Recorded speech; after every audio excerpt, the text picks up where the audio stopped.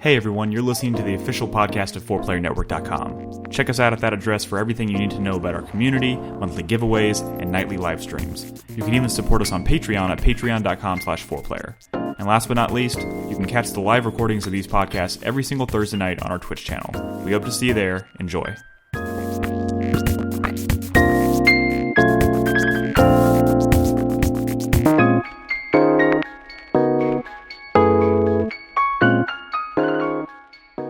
Welcome to 4Player Podcast. This is episode 688. It's Thursday, July 15th. I will be your host this evening, Nolan Hedstrom. Nick is out due to a severe case of being middle-aged. So I'll be hosting the show. Brad is here with us tonight. I've been there. Middle age. I miss those days. We also have Krispy. Hello. And Chris Davis. Good evening. We have a few games to talk about tonight and a little bit of news to cover in the latter half of the show. Going to be skipping feedback this week. And so let's just jump right in. Oh, shit. To this is like Monster Hunter Story 2. Dude, this podcast is going to be super efficient. That's what we're doing tonight. We're going to realize this whole time we've been stressed about having a long podcast. Once we get rid of Nick, it's like half as long because he spends so much time talking about our fucking Discord. Oh my God, Nick is the problem. Exactly. He's wrong. He is everything wrong with the podcast. Oh my God. If you're listening to this, Nick, I love you. Including the fact that he edits it. We should just be releasing this as like a fully unedited like lump of files. Like, why do oh yeah. I don't know. We should just release Krispy, that's perfect. We release each of our files separately and they just choose which one they want to listen to. Yeah, you have to listen. You have to like queue up several of them at the same time if you want to like catch the whole story. Like we should like Patreon gate Brad's audio file. Like, you can listen to the rest of us talk, but if you want to hear what Brad's saying, you got to subscribe. But what would be great for the audio files in chat is that you could have each person's audio set to a certain channel. So if you got surround sound, you could hear everyone talking around you. That is just a central experience. Mm. Wow. There's a Monster Hunter trailer. I want to watch it, damn it. Well, you can watch it during the break, Brad. So speaking of Monster Hunter, Stories 2. Stories 2. I've been playing some Stories 2. You know, it's unfortunate Nick's not here because I feel like he is sort of the fresh, like, you know, part of that conversation since I talked a lot about the demo a couple weeks ago. And, you know, I just sort of kept going playing that game.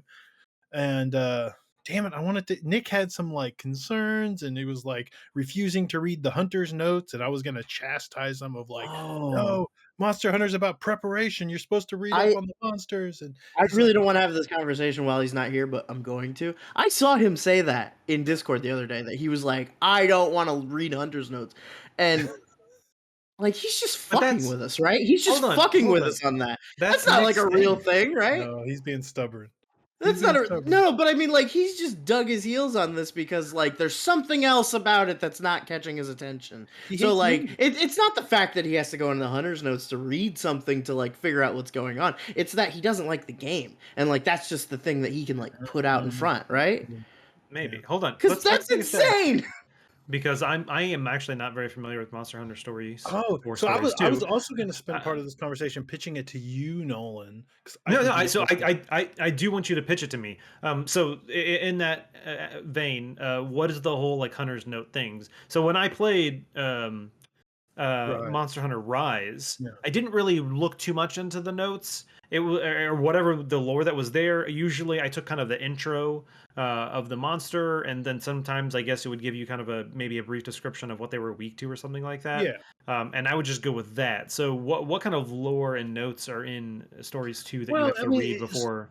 So I guess the conversation started when Nick was like, I don't really understand. Now, granted, there is some basic like tutorial stuff that he wasn't understanding, which, you know, all that's in your notes as well.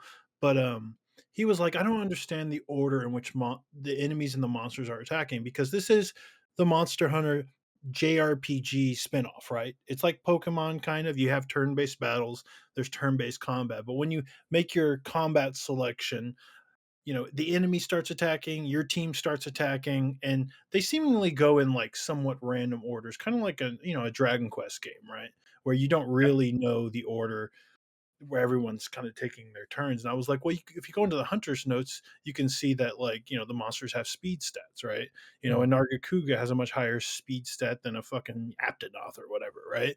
So, and you can see that stuff, and it gives you a general idea of, it is somewhat random, but if you know about the monsters, you can kind of guess who's probably going to go first. You know what I mean? It's not like Final Fantasy X or something where you literally get like a turn order. You know exactly who's up No, next. yeah, it's not like that. Um, It's more old school, but it's the kind of thing where if you're curious, you can look in your notes. The legacy knowledge of Monster Hunter. If you play like a handful of Monster Hunter games, like you do have kind of an advantage going into this because another big part of the combat system in this game is all these.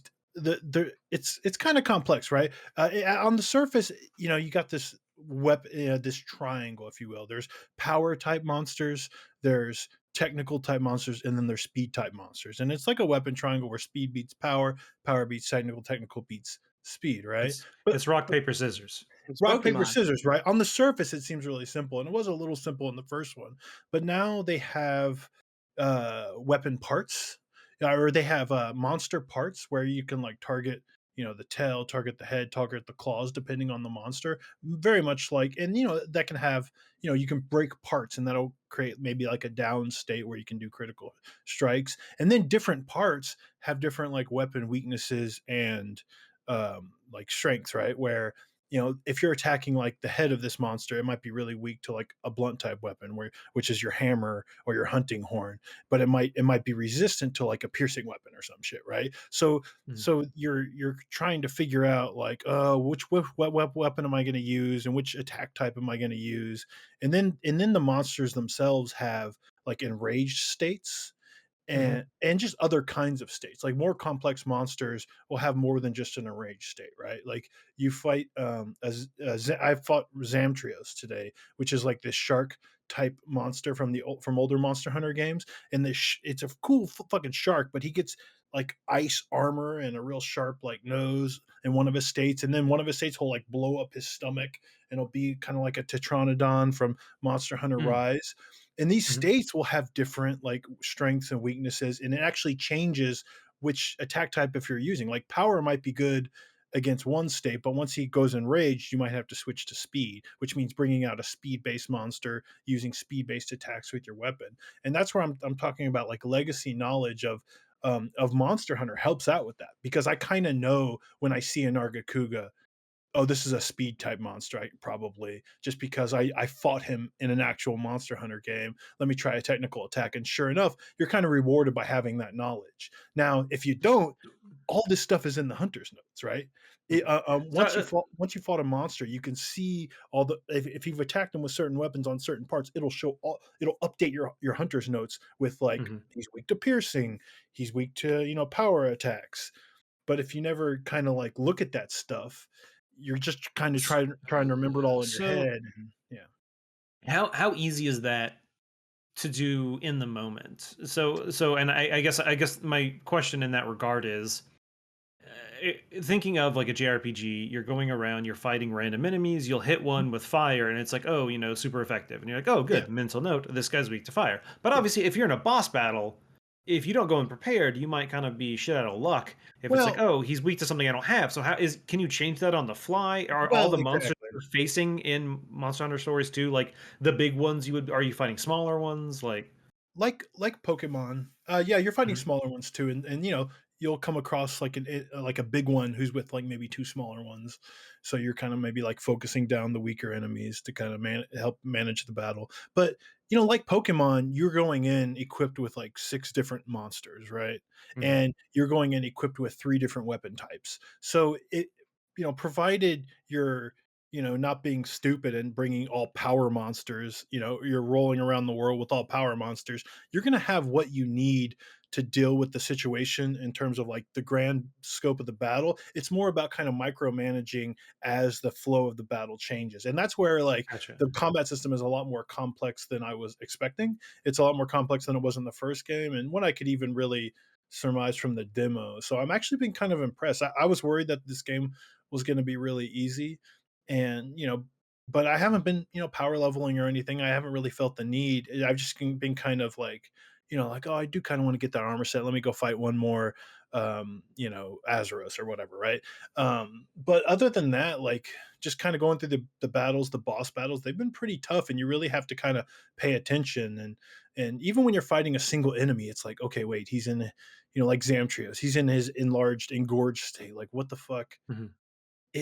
What enemy type is, I mean, weapon type do I use? And it kind of shows as you're using weapons, like on the screen, like it'll have a red X over the one that he's strong against, and it'll be flashing the one that he's weak to. So some of that information updates in battle as you play. So it's not like so hard to manage, but it feels like like the first game, maybe they didn't quite have enough and it felt too simple. Now I feel like there's finally enough stuff to kind of fuck around with, that battles are actually just Mhm. kind of fun. I don't mind getting into fights even when I don't really need, like that monster's materials, or I'm not trying to get him to retreat so I can go get his egg. Because one of the other big parts about this game is, you're monster raising, right? Just like Pokemon, you're collecting Okay. monsters, you're making your team, and the way you do that is you go into monster dens and steal eggs, right?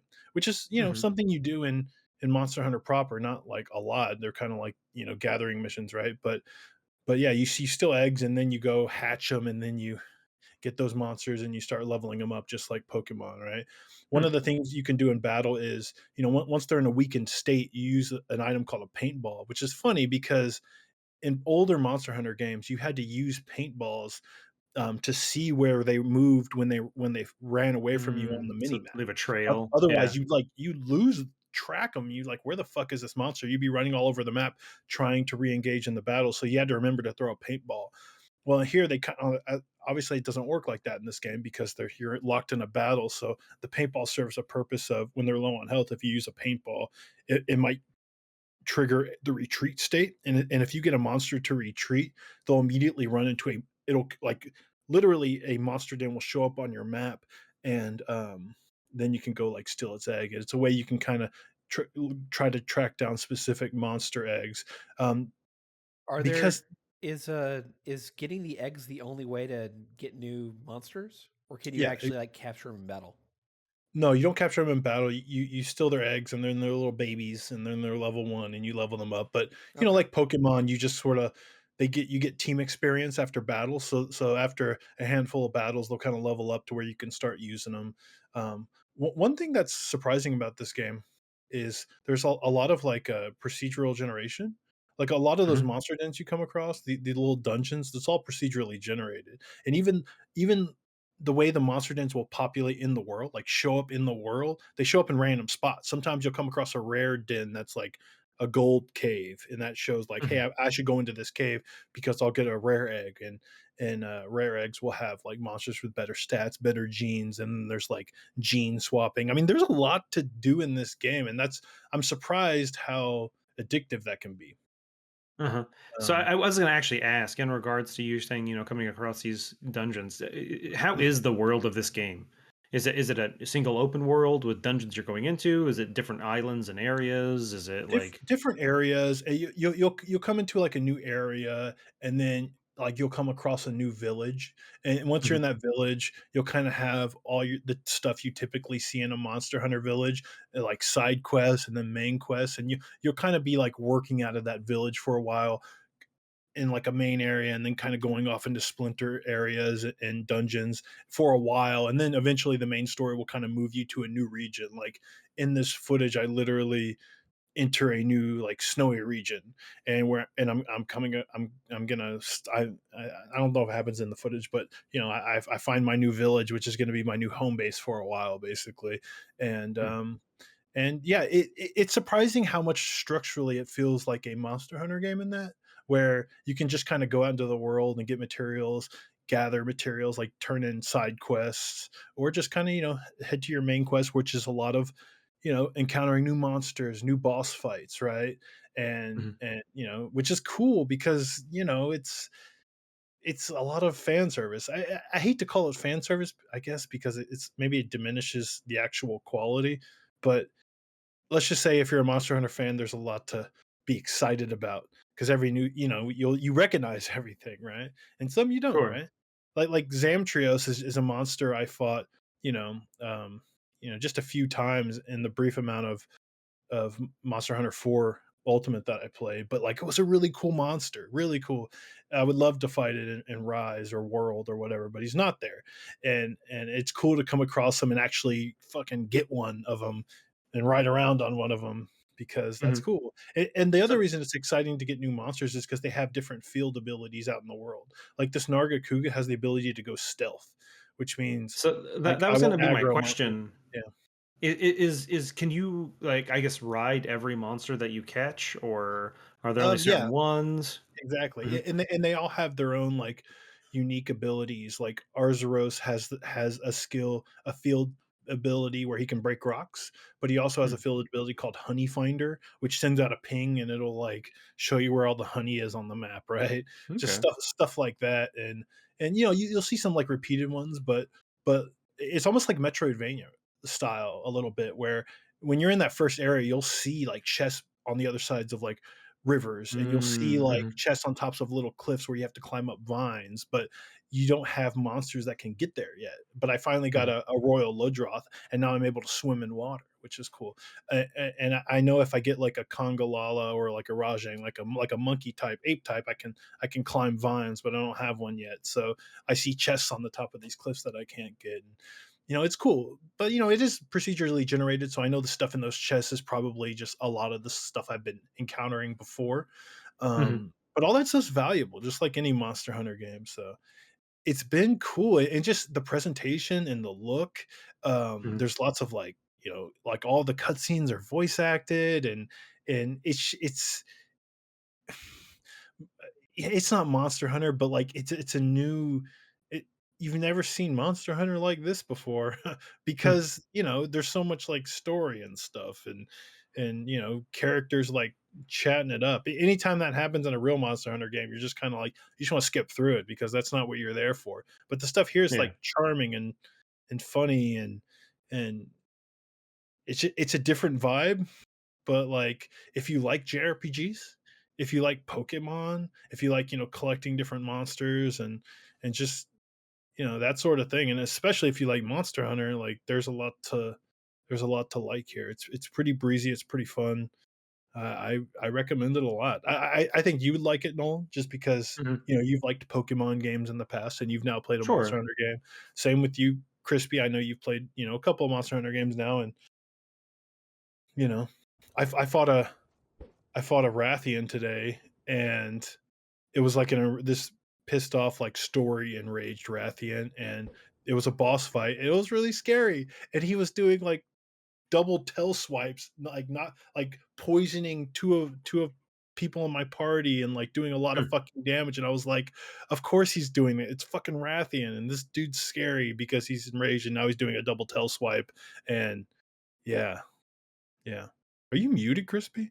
You're just kind of nodding a lot and looking a He little. might be. I So was so muted. I tried to say something and I realized I was muted and got embarrassed. So go ahead, That's Nolan. okay. That's Oh, okay. here's Andrea. Well, I'll just say one quick thing, and then you can say what you were going to say, Crispy.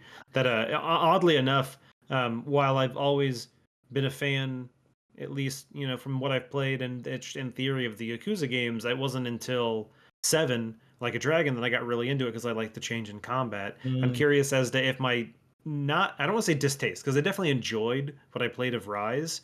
But obviously, there's a whole element there that's it's very Twitch based. It's very a lot of skill, and maybe doing something that is more turn based and a little more thought can go into it might also be interesting to me. So yeah, I definitely plan on checking this out. yeah, it's. I'll say this though, like they're very different games. So I could see Hmm. someone who doesn't like Monster Hunter proper, like totally vibing with this game, and vice versa. So people who do play Monster Hunter pretty seriously aren't picking this up because they're like, it's just not the same thing. I'm Sure. glad that it's that universe, but like I don't play Monster Hunter for like the reasons that I would play this game, so I'm just not interested. But what were you gonna say, Crispy? What game are we talking about? Are, I'm sorry. I was joking. That was a are joke. you It seeing was the a footage? joke. Look at the Zamtrix. It is. It looks delightful. It does He look looks like a delightful. street shark. Oh You yeah, have you the got it ability does. to do like cool Haven't heard that name in years. like once you fill up a gauge in combat, you can like ride your monster and do like kinship attacks, which are like their Hmm. supers, and the animations that they have for these That's pretty cool. specials, they're kind of like they're some almost like summon abilities, all right? They're big strong attacks, really well, like they're really really cool looking. Like I've been rolling with Puke Puke a lot because I fucking love Puke, and he does this, like there's a really cool animation where he comes out and he just shoots poison out of his tail, right? And then it just kind of cuts to like a close up, and you see like a poison drop on his head. And then all of a sudden it starts raining poison. And then Puke sticks his tongue, which he's got a big, like, thick tongue, sticks it up in the air, makes a little umbrella to hold it over your head so you don't get poison rain on yourself. It's just Aw. like there's so much love put into like Aw. the animations and stuff in this game. It's just so Mhm. fucking cool. That is pretty cool. Delightful. It's Well, awesome. Yeah, that's Monster Hunter Stories 2. Nick, hopefully we'll have some impressions on it next week as well. He better. This is his Yeah. footage Yeah. after all. Hopefully. No, this is my footage. Oh, this is your footage? Yeah. Okay, I'm sorry. No, he's Damn. not very far. So well, Nick doesn't cool. like delightful games. yeah, he Confirmed. likes dark horror indie games. Well, it doesn't matter now We'll because s- we'll he's dead. So Speaking of dark Why would games, do you y'all say want to that? talk about Shadowbringers? Ah. huh?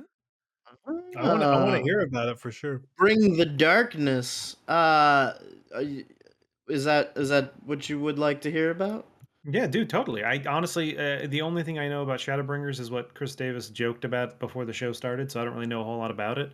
I know it is an expansion in Final Fantasy XIV. Okay, have you ever So, played? hit me. Have you ever played? You ever seen Ace Citizen Com- Kane? You ever seen Ace Combat? You ever played Ace Combat? It's like that. Don't start with that. Have you ever seen a Have you ever- Korean boy band? Have Have you ever seen played Ace Binding of Combat? Isaac? Yeah, it's Why? like Ace Combat meets Binding of Isaac. I I don't think- even know what to believe anymore. I think is getting there. Just don't. I'm sorry. I as someone who doesn't know anything about Ace Combat, I am like continually like reminded and kind of surprised about the fact that like Ace Combat takes place in a completely like it's not even like a fictional Earth, it's just like a different planet that has like different countries and things like that. And that is interesting to me. Anyway, Shadowbringers. This footage, was this supposed to be started in a certain place? Because someone's just standing there. Okay, so Jaeger recorded this footage. This is not we me. He's actually just hanging around our FC, our company house, our guild house, if you will. And he queued up. Wait, hold on. Is FC Football Club? What is FC? Free company. Free company. Okay. That's gotcha. what they call Clan, player right? guilds. Their clan home. Yeah, that's what they call clans. Is free companies. So he was at our house. And what he's doing right now, if you're looking at the footage, is the either first or second part. I think it's the second part of the Nier raid series.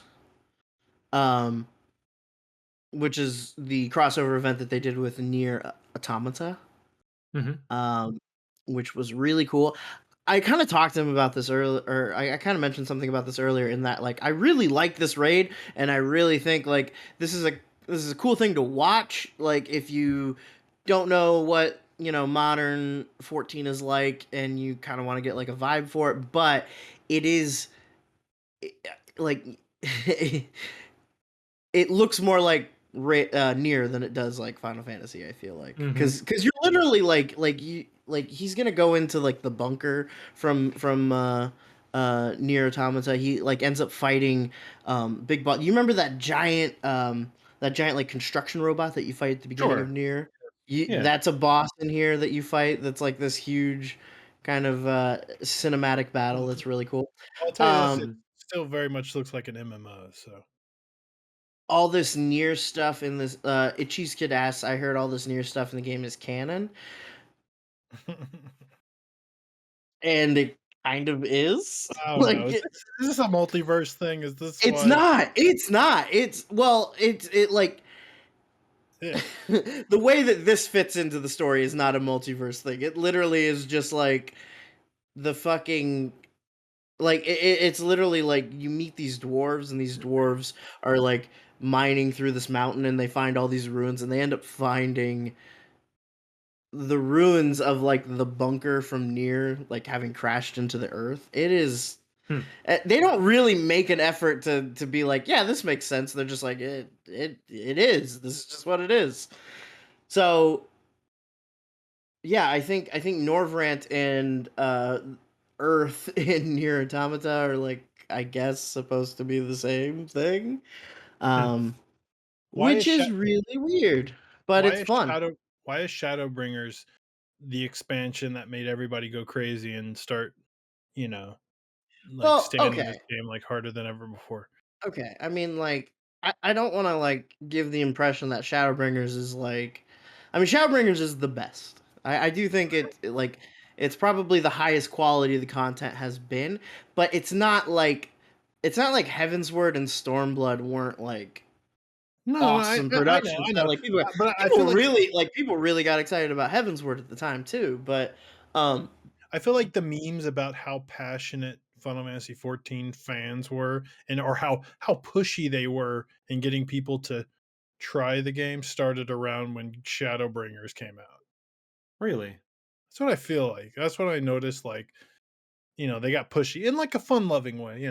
They're like funny memes, All right, right? so are you well, I referring mean, to like the 14 characters in our characters, the 14 players in our community, or just in No, general, no, or in like? general, just like kind of on social well, media and like stuff. the meme of Yeah, like the meme of the like, oh, have you tried the award-winning MMO Final Fantasy 14? yeah. Now with yeah, that did start around the time Shadowbringers came up because I think part of it is because that's when they expanded the free trial up through level Mm, 60.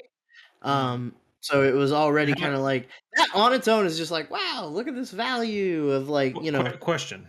yeah, Question on that, Crispy. yeah. What is up to level 60? That's a So lot. so right now the level cap is 80. All right, So level no, so like, sorry, let me rephrase my no, question. yeah. How much time could I probably play this game before it technically having to pay? Hmm. I Well, mean, I mean, I mean, I've got friends who are like level 25 and have been spending all their time doing crafting jobs and shit like that. So I mean, it's nebulous. There's a well, lot of stuff you can do. I can tell you that I can tell you how much time it took me to get through Heavensward, and it was probably about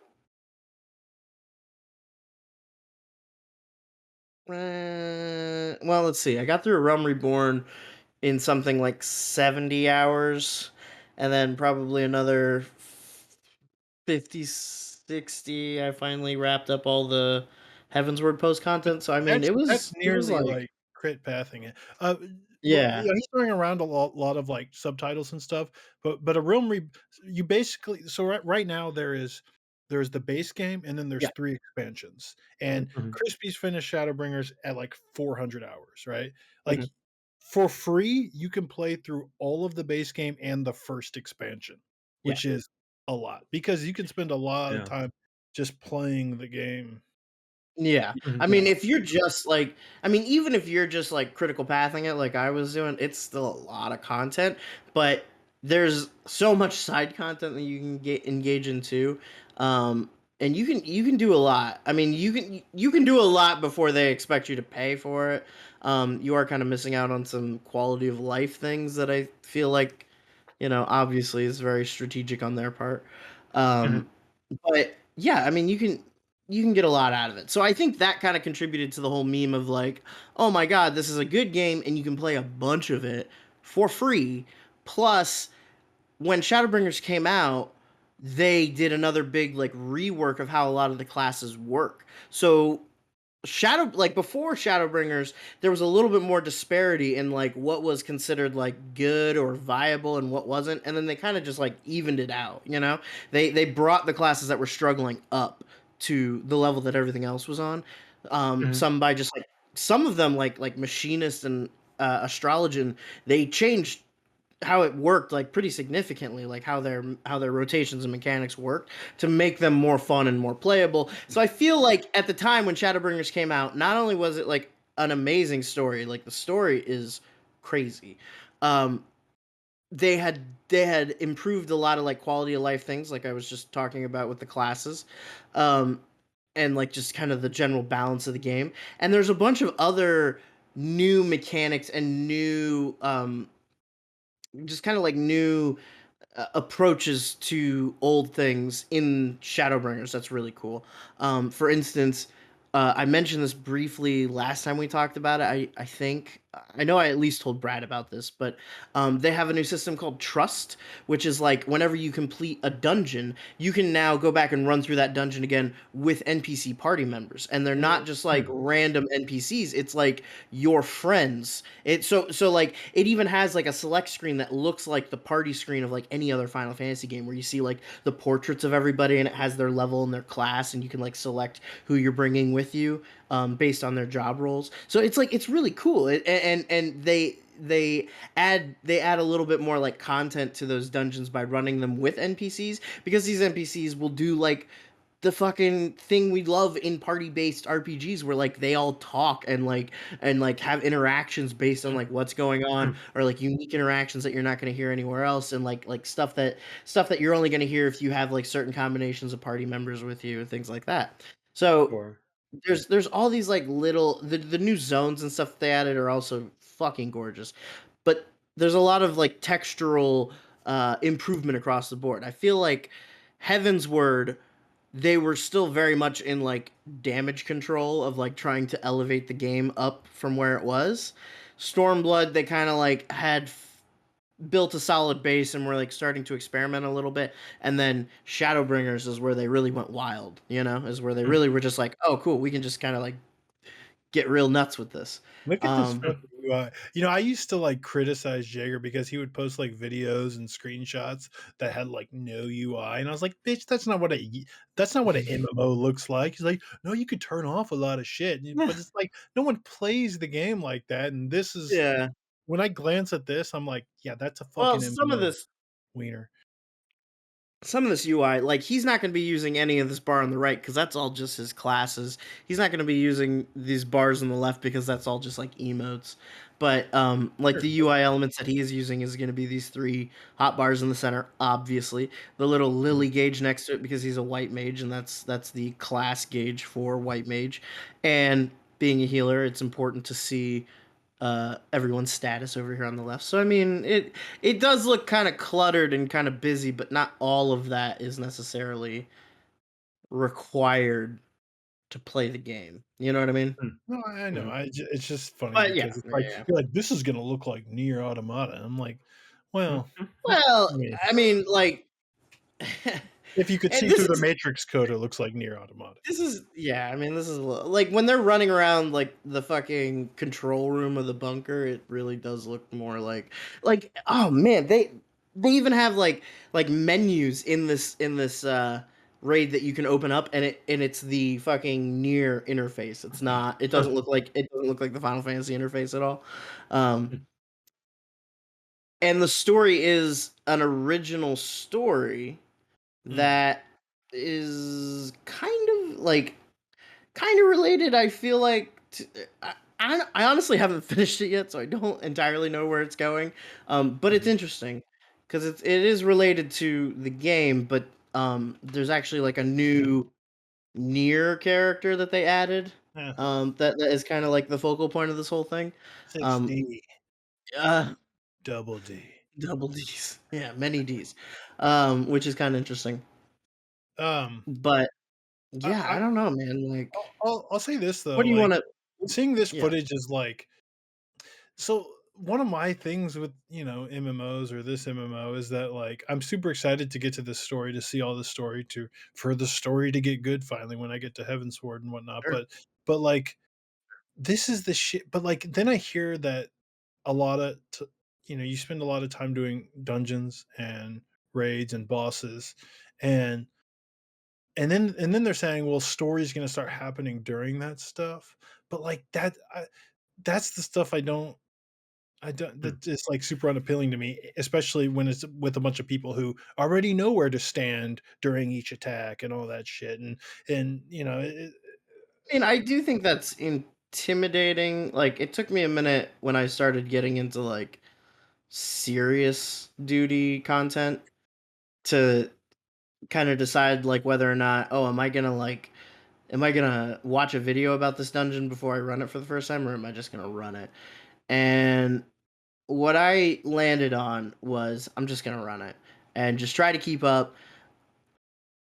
People are super, in general, people have been super understanding to like when I start a dungeon, usually what I'll do is just say, "Hey, I've never run this before, just so you know, I'm new here," right? And people are usually super understanding about that. And No, I and know and that, and I know the and to community the is point, really nice, well, I but mean, that's to not the what I'm point where getting like at. they will wait for people to like, finish cutscenes and kind of like they will offer direction on like what you're supposed to do Yeah, for different mechanics and things but like that. but it's not what I'm getting at. What I'm saying is like I view this stuff as like the shit that's just in the way of me playing the game. Like Mhm. this dungeon is keeping me from progressing in the Well, story. I just need to like fucking get this shit over with so I can get back out into the world, which I is mean, so I not the kind way of to look at an MMO, but that's that's kind of how true. I am. That's true, but that's also kind of how I felt about the dungeons in A Realm Reborn too.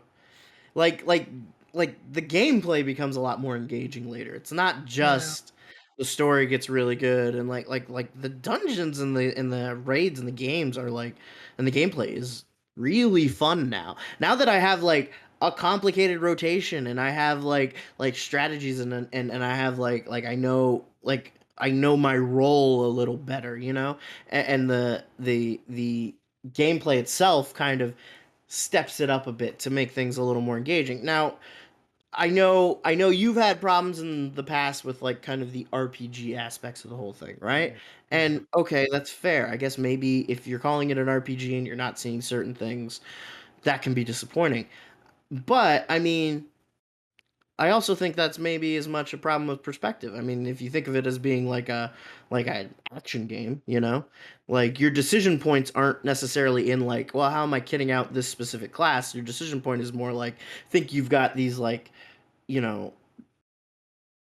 I don't know what, like a dozen plus more classes, and each one is kind of like a type of like hero character, right? So your decision point comes into like which one are you gonna learn because they all require like a bit Yeah, of but learning, that's you know?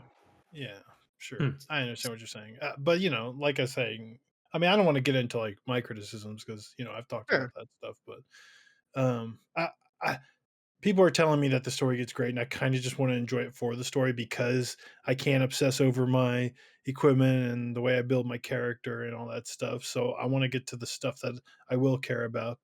Um, but again, these dungeons are getting in the way, and I don't want to like. I feel like if I get to the point where I start caring about dungeons, I'm already spending too much time playing this game, I and I think don't have that time.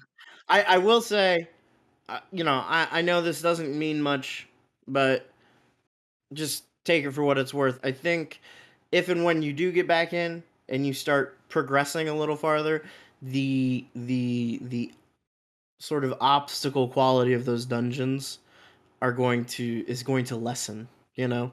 Hmm. And I just want to you're gonna feel chill more and excited about like, oh cool, I get to do a new dungeon now.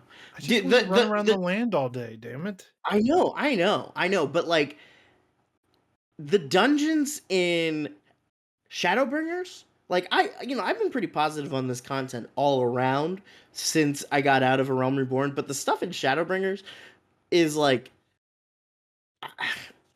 I didn't It's like great. It's I was great. like, this I is know. great.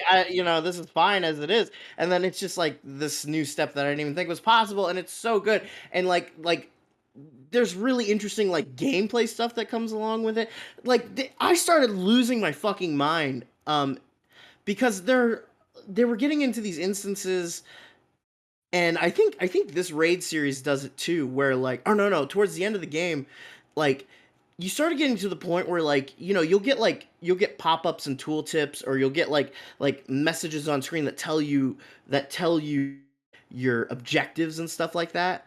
And you end up fighting a character who's like, you fight people that they're like so powerful and they're so like kind of like metaphysical in their conception that like they start using like the fucking objective tooltips and like the objective pop-ups like as like in an active voice, like as if it is them talking to you and like taunting you, and like it's like really eerie. So they start using like UI elements, and they start using like gameplay mechanics to like tell their story instead of just lore dumping it at you, which is really fucking interesting. It's really fucking cool. I think we should have just told Jaeger to like run around the world a little bit doing stuff, because I always kind of make fun of like every time I ever in our Discord click someone who's playing, click a stream of someone who's streaming the game. I'm like, it's always a bunch of people fighting something on a big circle platform, Sure. and that's like what MMOs are to me. That was the Yeah. stereotype, and I was like, show I me mean, some stuff that looks like someone exploring a world, Yeah, and nuts. to my it's knowledge, not isn't that. It's that this. what this game is? No, but I think what that it, I mean is, it is. of course it is. is, but It that's not what is. I wanted to be. Eh, Sad. I Make me mean, no, sad. no. What he's describing though is kind of there too, and I mean, there's other stuff. There's other content too that's like completely. I don't know, man. Like, has anyone talked to you about Bozja or Bozja, whatever they I call it? saw that come up in Discord today. But Okay, yeah, it's I don't know. It's a lot to get into right now, but yeah, like let's not. what you're talking about exists, man. It's there, and yeah, okay. We This showed you ain't a it. raid. This ain't it. No, you're right. We showed you a raid, and uh, after we were talking about him capturing this footage is when I was talking about like just having the game open and like walking around and showing you guys stuff, and that's what I wanted to do. But Chris Davis didn't want to set that up, so. It's more Maybe complicated than you think. maybe it wasn't, because it was literally just what we have here. It was literally just going to be this, except instead of the RIP Nick Henderson, it was going to be a picture of the game. That's it. That's all it was. That's Okay. all it was. But No, it's more complicated than you think. Well, maybe for a future episode. Yes, we Once can try you're in the playing future. Endwalker. it's not. It's not. I know you're lying. I know you're lying. But I'm not lying.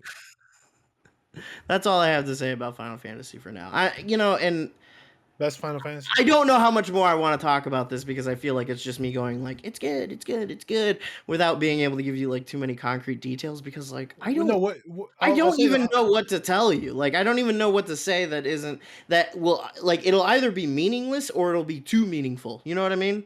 Like the shit you told me the other day though, about like what's actually happening in the story of Shadowbringers, right. and like the light, like that did sound super cool. I mean, again, we don't need to get into it now, but I'm saying, What if I'm you saying were is to- that the quality of fiction has been that good for a Yeah. while now. yeah, So Yeah. yeah, and that's not Again, necessarily. I believe you. I just don't want to do what I'm seeing on the screen. I know. Well, I mean, this is actually a really fun raid series, I but know. whatever, man. Okay. Yeah, I mean, yeah, I get it. Complex, like you got to move around a lot. I know, I get it. That's cool, even in non MMOs.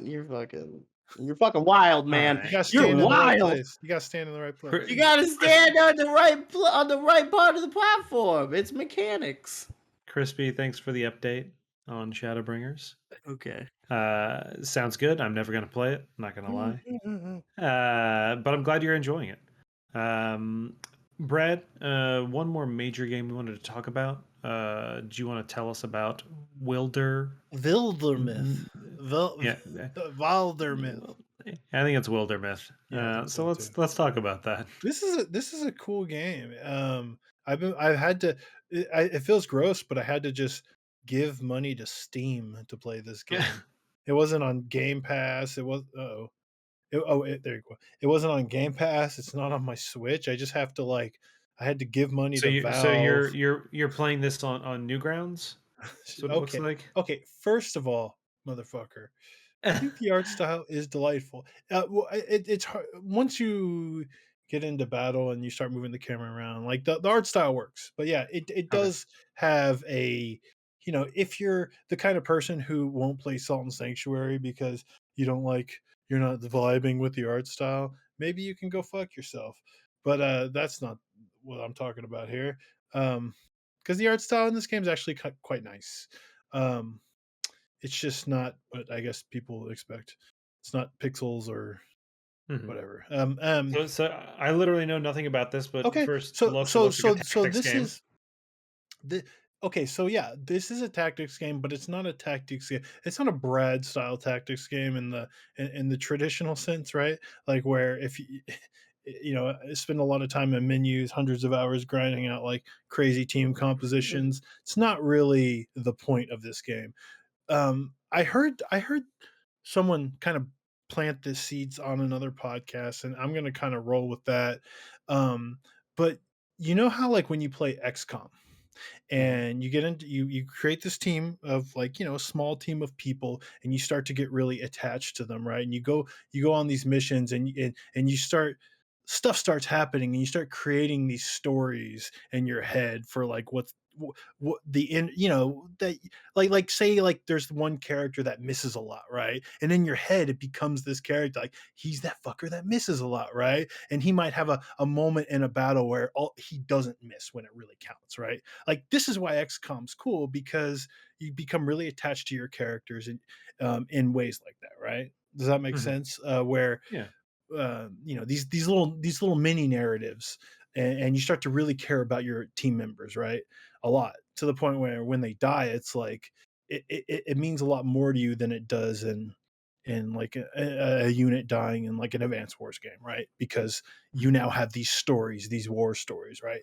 This I feel like this game sort of took that idea of a player really caring about the stories that happen with their teammates, and kind of designing a game around it, where this is a tactics game, right? But it cares much more about the stories and the relationship your characters have to your teammates, to the Mm. world, and all that stuff is like procedurally generated, right?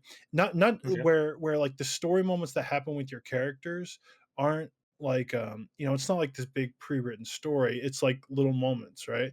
And a lot of those moments you can actually choose the outcome, right? Like for example, when you create your party of like three characters at the start of the game, and they all have kind of like personality traits and stats and stuff like kind of behind the hood, right? But like one of the first things you do is like, okay, this character is a rival of this other character in your party, or maybe in love with this other character in your party, or maybe like a sworn enemy, right? You can actually choose that. You're kind of constructing that story as you go, and then they just kind of roll with that, where all these Mm. little story moments happen between battles. It's funny that I'm just in a battle, because you spend a lot of time outside of battle as well, like having these little story moments. But kind of like have you ever played like Banner Saga? Yeah. Which is another tactics game, but there's a lot of like story that happens in between battles. That stuff Mhm. feels like very like less like imagine that, but like all those story moments that happen, like little moments between characters being all like procedurally generated, like narrative Legos, like Ken Levine might want to call it. It's so funny because Ken Levine spent a decade now maybe working on this narrative Legos game, and I feel like all these indie developers have been doing really cool shit with like narrative in games, in as similar to that idea that he's been working on for a decade. And I Mhm. feel like this game is one of them, right? Where you kind of don't know what's going to happen. Like, so I don't know what's going to happen at the end of this battle, but you get these little moments where you know s- s- stuff starts to events happen that kind of defined the history of your characters, and your characters will age as you play the game, age pretty Mhm. quickly. Like when I started out, all these characters were like in their 20s, and now they're like in their late 40s, right? Yeah. And two of them had a kid, right? And now that kid Mm. is like a party member, right? And you start to really care about the characters and those relationships, because of those like these events that have happened over the course of their lives, that one of my characters just ran like fell in love or found some like water sprite, like water spirit. And I was like making these choices, like, do I want to follow it, or do I run away, or do I want to attack it? I'm like, I want to follow it. And eventually I was No, making you never choices follow the like sirens, Brad. eventually I was making a choice to like fall in love with this water spirit. And then we ran away, we made passionate love, and who know, I mean, I thought something crazy was going to happen where that character was going to leave my party to go live with this water spirit. But from what I hear about this game is like stuff can happen where that character might come back and like influence some events, because a lot of like, maybe I'm not explaining it well. Like if a character like dies in battle, which could be pretty easily if you're like bad at the tactics, they don't just die. You get to like make a choice, right? Do they make Mhm. do they have a moment where they as like a final blow, they do like crazy damage to the boss, right? You can like you make that choice, or the character might lose a limb, right? And you'll Mhm. have characters that will like lose limbs and but continue on with that story as like a party member, and you see like the things that happen to your characters are reflected like physically on in their appearance in like some pretty cool ways. And I Mm. know like they kind of have like this paper doll look, but it lets them do stuff like I had an event where one of my characters tried to save another by a choice that I made, but she got like hit in the eye with like an arrow, and now she like just wears an eye patch, right? But like the way they look is sort of like the story of their lives in like some pretty cool ways. Like I had this one How does of yeah. I was just gonna say, what does your character look like when they fuck a fish? Uh, well, I did get like this really. She did give me this really cool like watery cloak or whatever. And and Uh-huh. and again, you get equipment, but a lot of it is through like story events. It's not like you bought it from a shop. I mean, you can do Is that is stuff. the cl- is the cloak the shape of water, you would say? Okay, okay, it's kind of actually very very flowy. Um, and you again you start to get really attached to these characters. Like I did this one thing which was maybe like ill advised, where I like touched something I probably shouldn't have, and now I have just like this stone like growing out of my face on one of my characters, and that's just the way she looks now. And it was like this completely random event, but like again that stuff becomes meaningful to your story. I'm Mhm. trying like, and again, I'm kind of clicking through story here now and making some choices, and this is a lot of the kind of stuff you see in between battles. But like it feels like a really like like well written game, and So and yeah. so I was gonna say, you're saying that you make these decisions and it changes your characters, and maybe your characters had a kid and that kid's not part of your party. So I assume your characters can die. Yeah, yeah, And they'll die of old age, they'll retire. Like one of the decisions I made in battle where it could have been a death blow, like took 10 years off like the retirement time for this one character.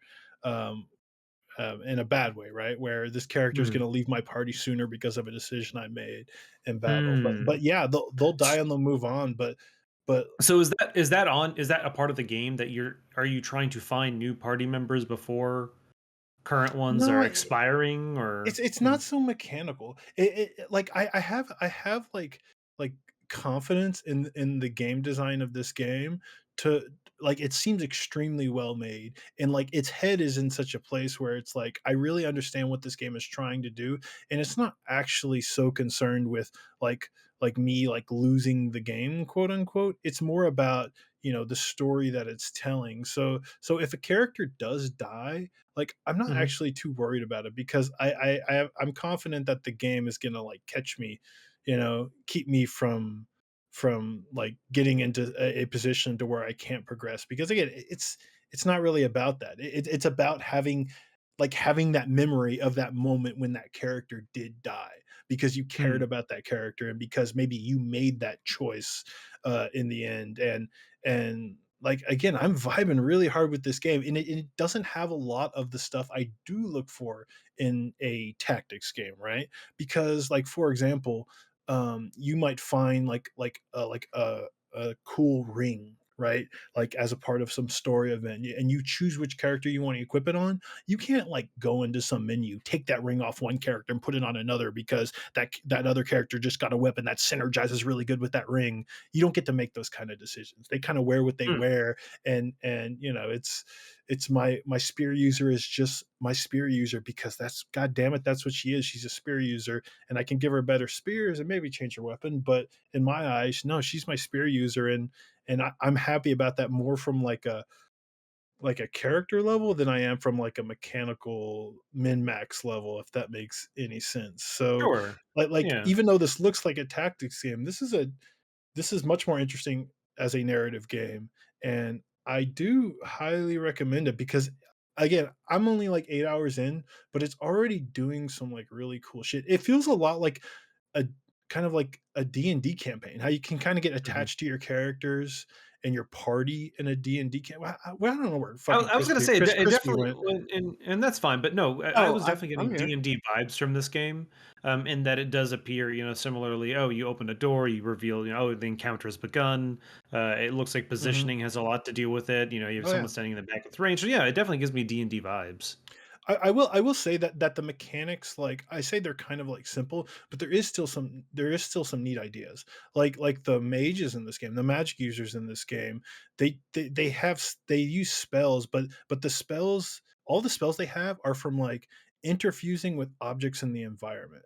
So you Hmm. literally to do a spell, you have to like click on like a lamppost in the environment, and through that you can do like a wood spell. You can like do like a splinter attack out from Hmm. that area, or maybe you can use the flame and pull the flame off and do like some cool fire spell with that flame. And it's a very like physical, like positioning, and kind of the objects in the environment and the way you're interacting with them are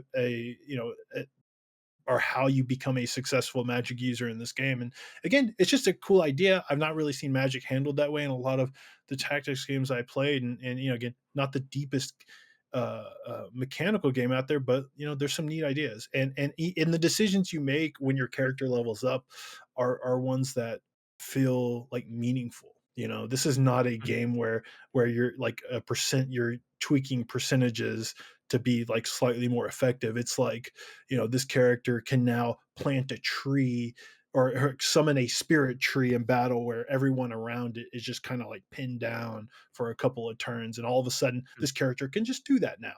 And that's cool, right? It's a I think I'm looking at one of these skills now. I'm making one of these decisions, but it's Hmm. just it's good. And I hate that I have to sit in front of my computer because it's not on Switch.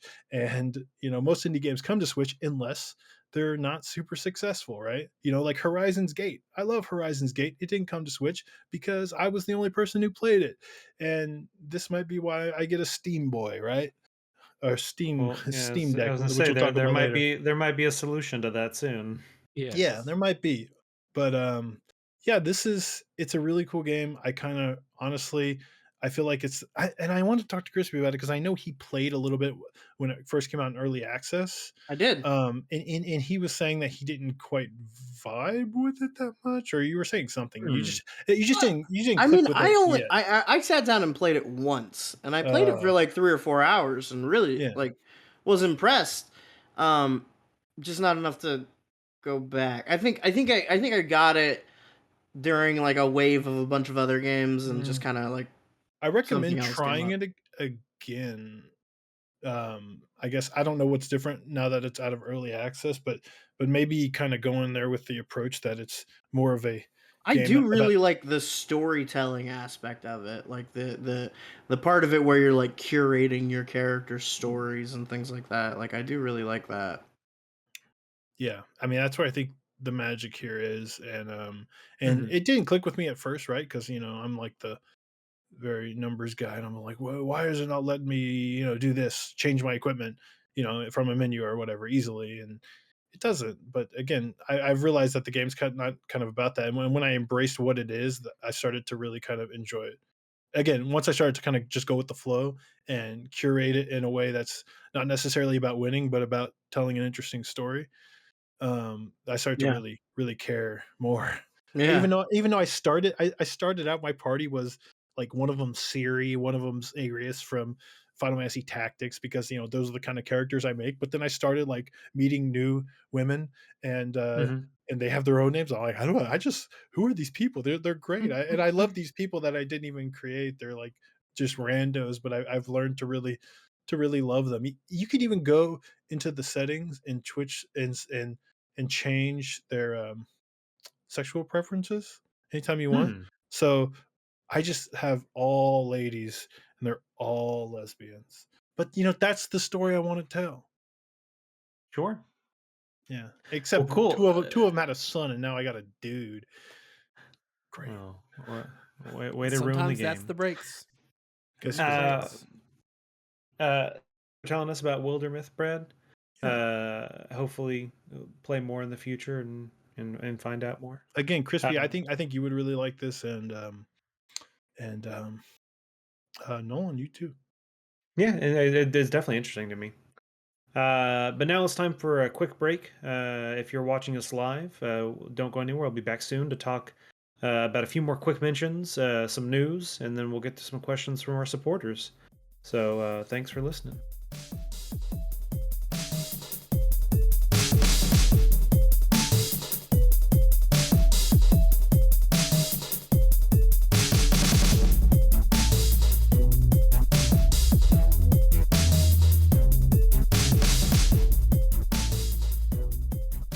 All right, welcome back to the show, everybody. We have a few more quick mentions to talk about before we get into the news. Chris Davis, I believe you had something you wanted to talk about briefly?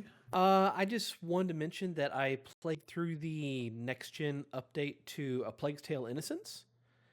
And I'm actually I'm a little upset with myself that I missed it. Oh, the game. You played the game for the first me time? and Nick and myself were talking that game's praises like crazy when it was out. Yeah, but I mean, like part of Yeah, it, y'all made it sound like the 13th best game of the year. part of the terrible nature of working for this fucking website, and I've mentioned this before, is the fact that a lot of things get mentioned over and over again, and it feels like it kind of spoils it. So I kind of like to play things like way later after I've completely forgotten these conversations. And that was kind of why I did this. So, but Yeah, I was really surprised by it. There's a lot of stuff that goes on in there that a lot of rats. Well, I mean, not just the rats. It's I mean, more than rats. Yeah, no, it's a lot of traumatic stuff to do to a 5-year-old. Children? Yeah. There's just some they take that game places, and took it in ways I didn't expect. Like the reason why I initially passed on the game was it looked just like a stealth game in the Middle Ages with rats. I didn't realize there was a whole supernatural aspect to what was going on. You thought that was the normal amount of rats? No, I doing just normal there was a shit ton of rat rats. things. He thought it was a historical telling of the Black Plague, like the rats that were around. That's what he thought was going on. So No, not exactly. But I don't want to go into spoilers, but it's like the twist they put with the rats is pretty well done. I really enjoyed that. The character dynamics worked, I think worked pretty well. What would you say? It's a game I still want to play. It's on PlayStation Plus, so I do encourage it. It's 10 hours probably. You can get some good puzzles in the game. Plenty of good puzzles. Surprising amount of things to find in there, despite it being a fairly linear game. And it does feel kind of rewarding. So go play that. It plays like a dream on next gen. It's 4K 60 on both consoles. Cool. Well, thanks for that, Chris Davis. I had kind of mentioned it last week. My sweat was wanting to play a bunch of old games, and I actually ended up doing it. To rattle off a few, I ended up playing a bunch of Bit Trip Presents Runner 2. That game is still fantastic. 9 years later, however many years ago that game came out. Still a lot of fun. You can play the third one now? Yeah. I have played the third one. I like the second one better than the third one, personally. I've always been a first one kind of guy. I didn't like the art styles they went to. The art style in the second game is definitely not as good as the first one, but I like more the mechanical stuff they did in the second one. And the music's good too, obviously. But music's good in all of them. I played surprisingly a lot of Monster Train. I don't remember why I ended up reinstalling that. It just got like a craving to play it, especially with some of the new content. I don't have the DLC for that game, but I have a bunch of the newer content that they had just added in general. I've seen a video of that new deck, and mechanically, it does some really cool things, but the look of the monsters look really stupid. Oh, really? Because it's all about, like, these different colored crystals, but all the Hmm. monster designs have all these dumb, like, colorful crystals all over them, and they just look it's a bad art style for that deck. Uh, that's all I can say. Yeah. But it was funny. Like Bernadette and I were gonna play some House Flipper, which is another game that we've Mhm, still been playing together. And I was like, "Hey, let me quickly, finish off this monster train run," because I knew I was on the final level.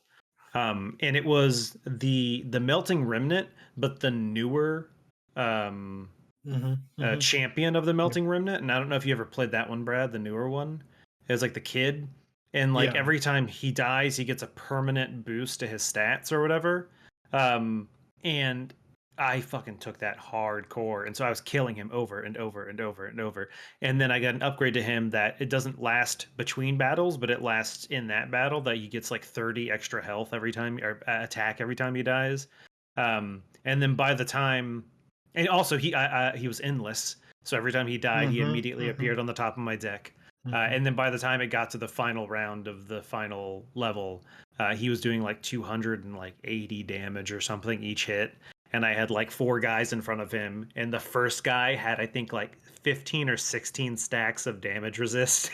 It was like ridiculous. And so I just like utterly destroyed the final boss. It was probably one of the first Feels times in good. that game I went into the final boss with not a fear. Like sometimes that gets iffy because the Yeah. final Oh, one, yeah. the Seraphim or whatever, it's fucking tough. Um, and that was one of the few times that I was just like super confident. That game is really Um, fun. oh yeah.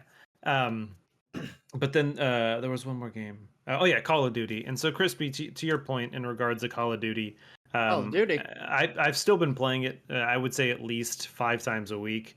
Damn, dog. Just a few rounds, if even. I've been having a lot of fun just playing with the few different people that I've kind of met through the game. I've been doing more of the actual multiplayer, not just Warzone. But I have been doing Warzone. And Chris Davis, to the point you brought up, You yeah. got So into. they actually put a new. What's up, Crispy? I was gonna say you got into fucking classic multi, the Yeah. real shit. Yeah, I've been doing a lot of gunfight. Gunfight's pretty good. That's always And been fun. gun game is really good too. Gun game is Um, fun. yeah. So gunfight and gun game. Gunfight is the one where you're given like a random weapon, and so is the other enemy team, and you just shoot out to the final, win 6 rounds. And gun game is the one where they give you a gun, you kill someone, and now it gives you another gun, and you kill someone with that, and gives you another gun, and you're working your way up. That one I think is really fun, Goes all the just That way because back it's to Goldeneye. that goes yeah, all the way back farther than that to fucking Counter Strike. That's a Counter no, yeah, Strike thing. yeah, probably. But anyway, Chris Davis, to your point in regards to the Warzone patch that just came out, I only played a couple of rounds today, but they did make a bunch of improvements. Quality of life stuff. You can now mess with your loadouts while a match is loading. That was always super dumb that you couldn't, just because you're sitting there for at least a minute and you're just, yeah, you can shoot dudes during the warm up, but if I had a quick idea I wanted to change a loadout, I can't. Um, they nerfed a couple of guns, boosted a couple of guns. One of the big quality of life improvements is since Warzone has a lot of vertical stuff, there's often tall buildings you can scale. A lot of them have zip lines on them, and you've always had to go zip lines one at a time, meaning you have to wait till the person who's on it now gets completely off before you can even interact with it. Now you can ride them at the same time, which is super nice. It doesn't make sense in a physical world. The other one made more sense, but if you're four people trying to get to the top of a building real quick, it used to take forever. I Um, heard they improved the time to kill, like it's much longer now. yes, so that is one thing that I did seem to notice. I haven't read the patch notes today, but in the game, I was very confused as to why it was taking so long to down people. So it would not surprise me if they definitely did. I need to look at the actual patch notes. It was more about after Bernard and I had ate dinner, and there was a little bit of time before the podcast. I had gotten everything set up. I was like, oh, well, no one's online yet. Let me jump in and kind of run a couple matches.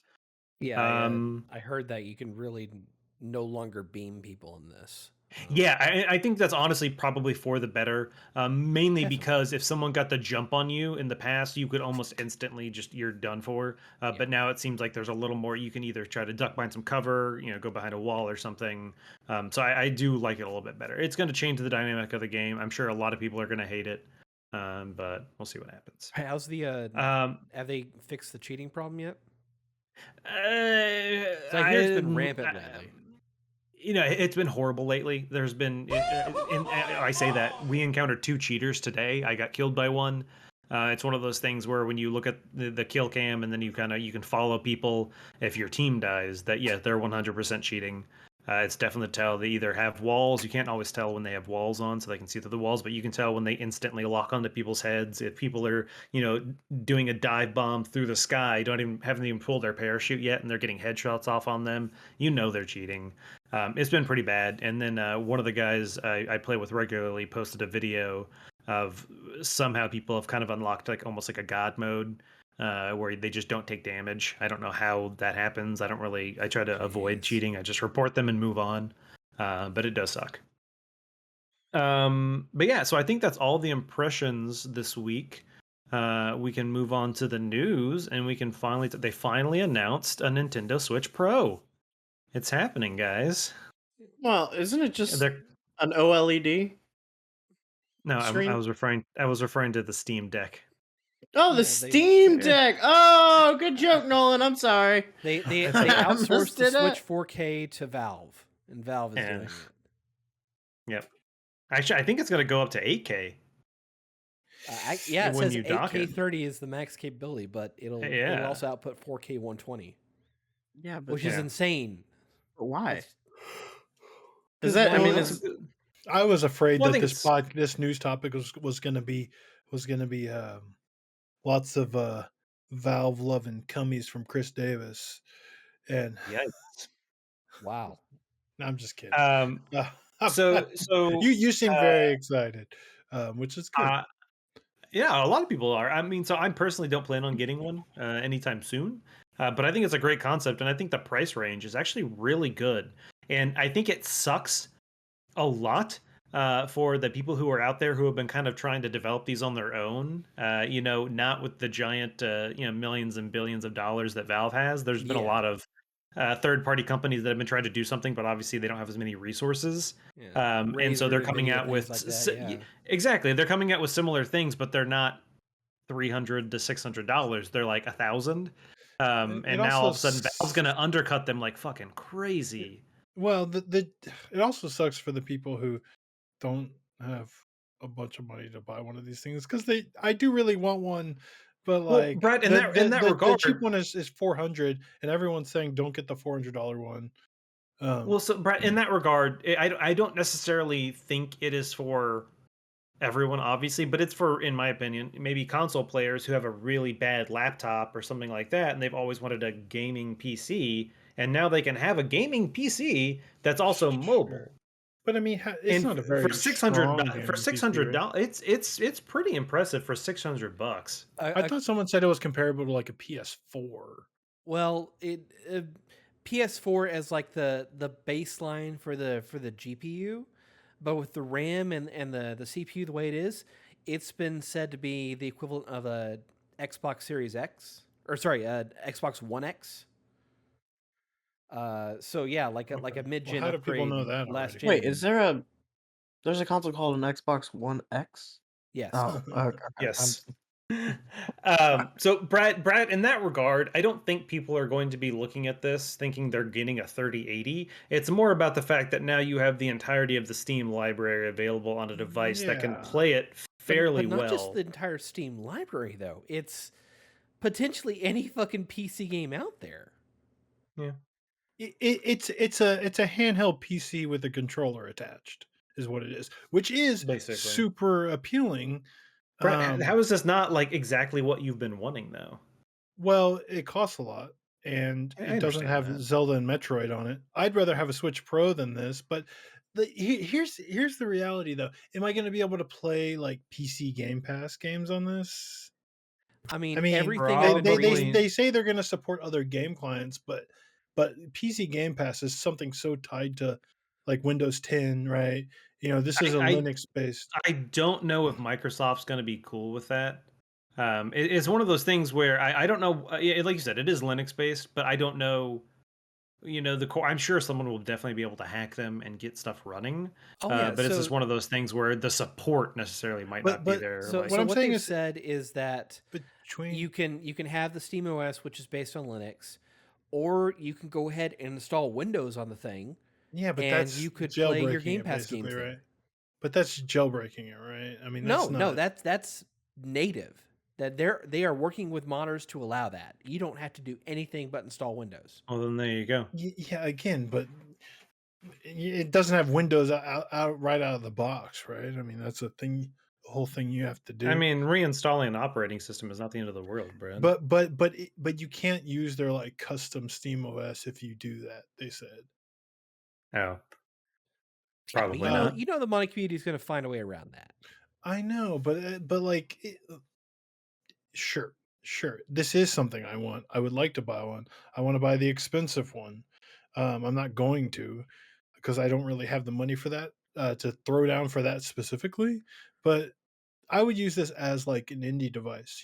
I play a lot of indie games on my Switch these days, and I do get a little frustrated when some of the ones sometimes it takes a while for Mhm. a indie game that's on Steam to come over to Switch. Like I'm still waiting for Monster Train, and I have a long list of games I'm still waiting on.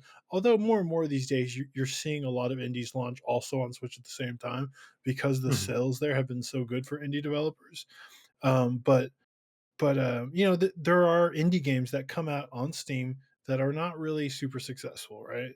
And those games never end up making it to Switch, and you just kind of have to go to a computer and sit down and play a game like Wildermyth.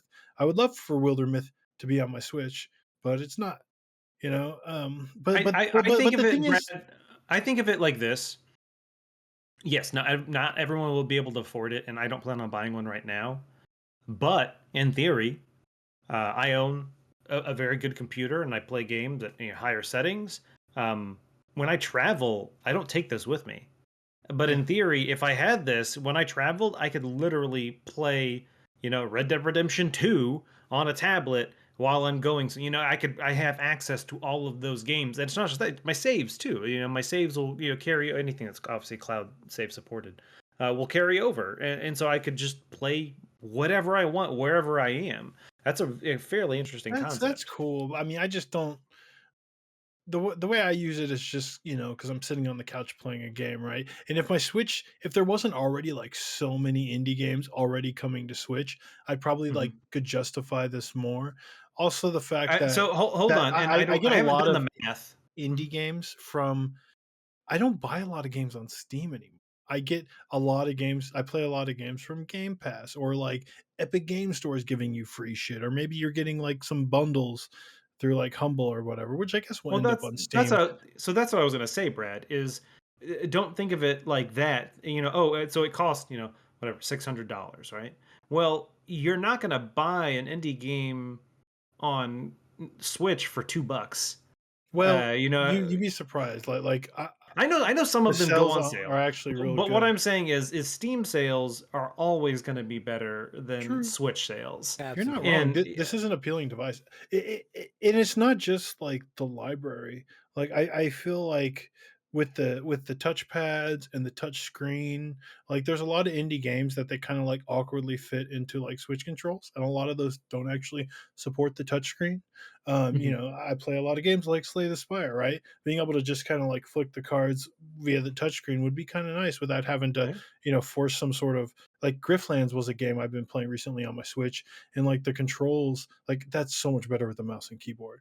But Mhm. this Steam Deck, Gay Boy, whatever, Gabe Boy you know, like You can't say that.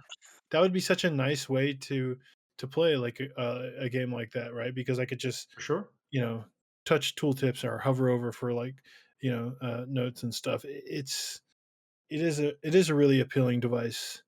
It is pricey, and for so I the Switch is kind of filling that need that I have for something like that, and there's a lot of stuff I have available on Switch, and this isn't going to play new Zelda and Metroid game, which is ultimately why I would still rather have a Switch Pro than this. I just really wish they would have had a Switch Pro.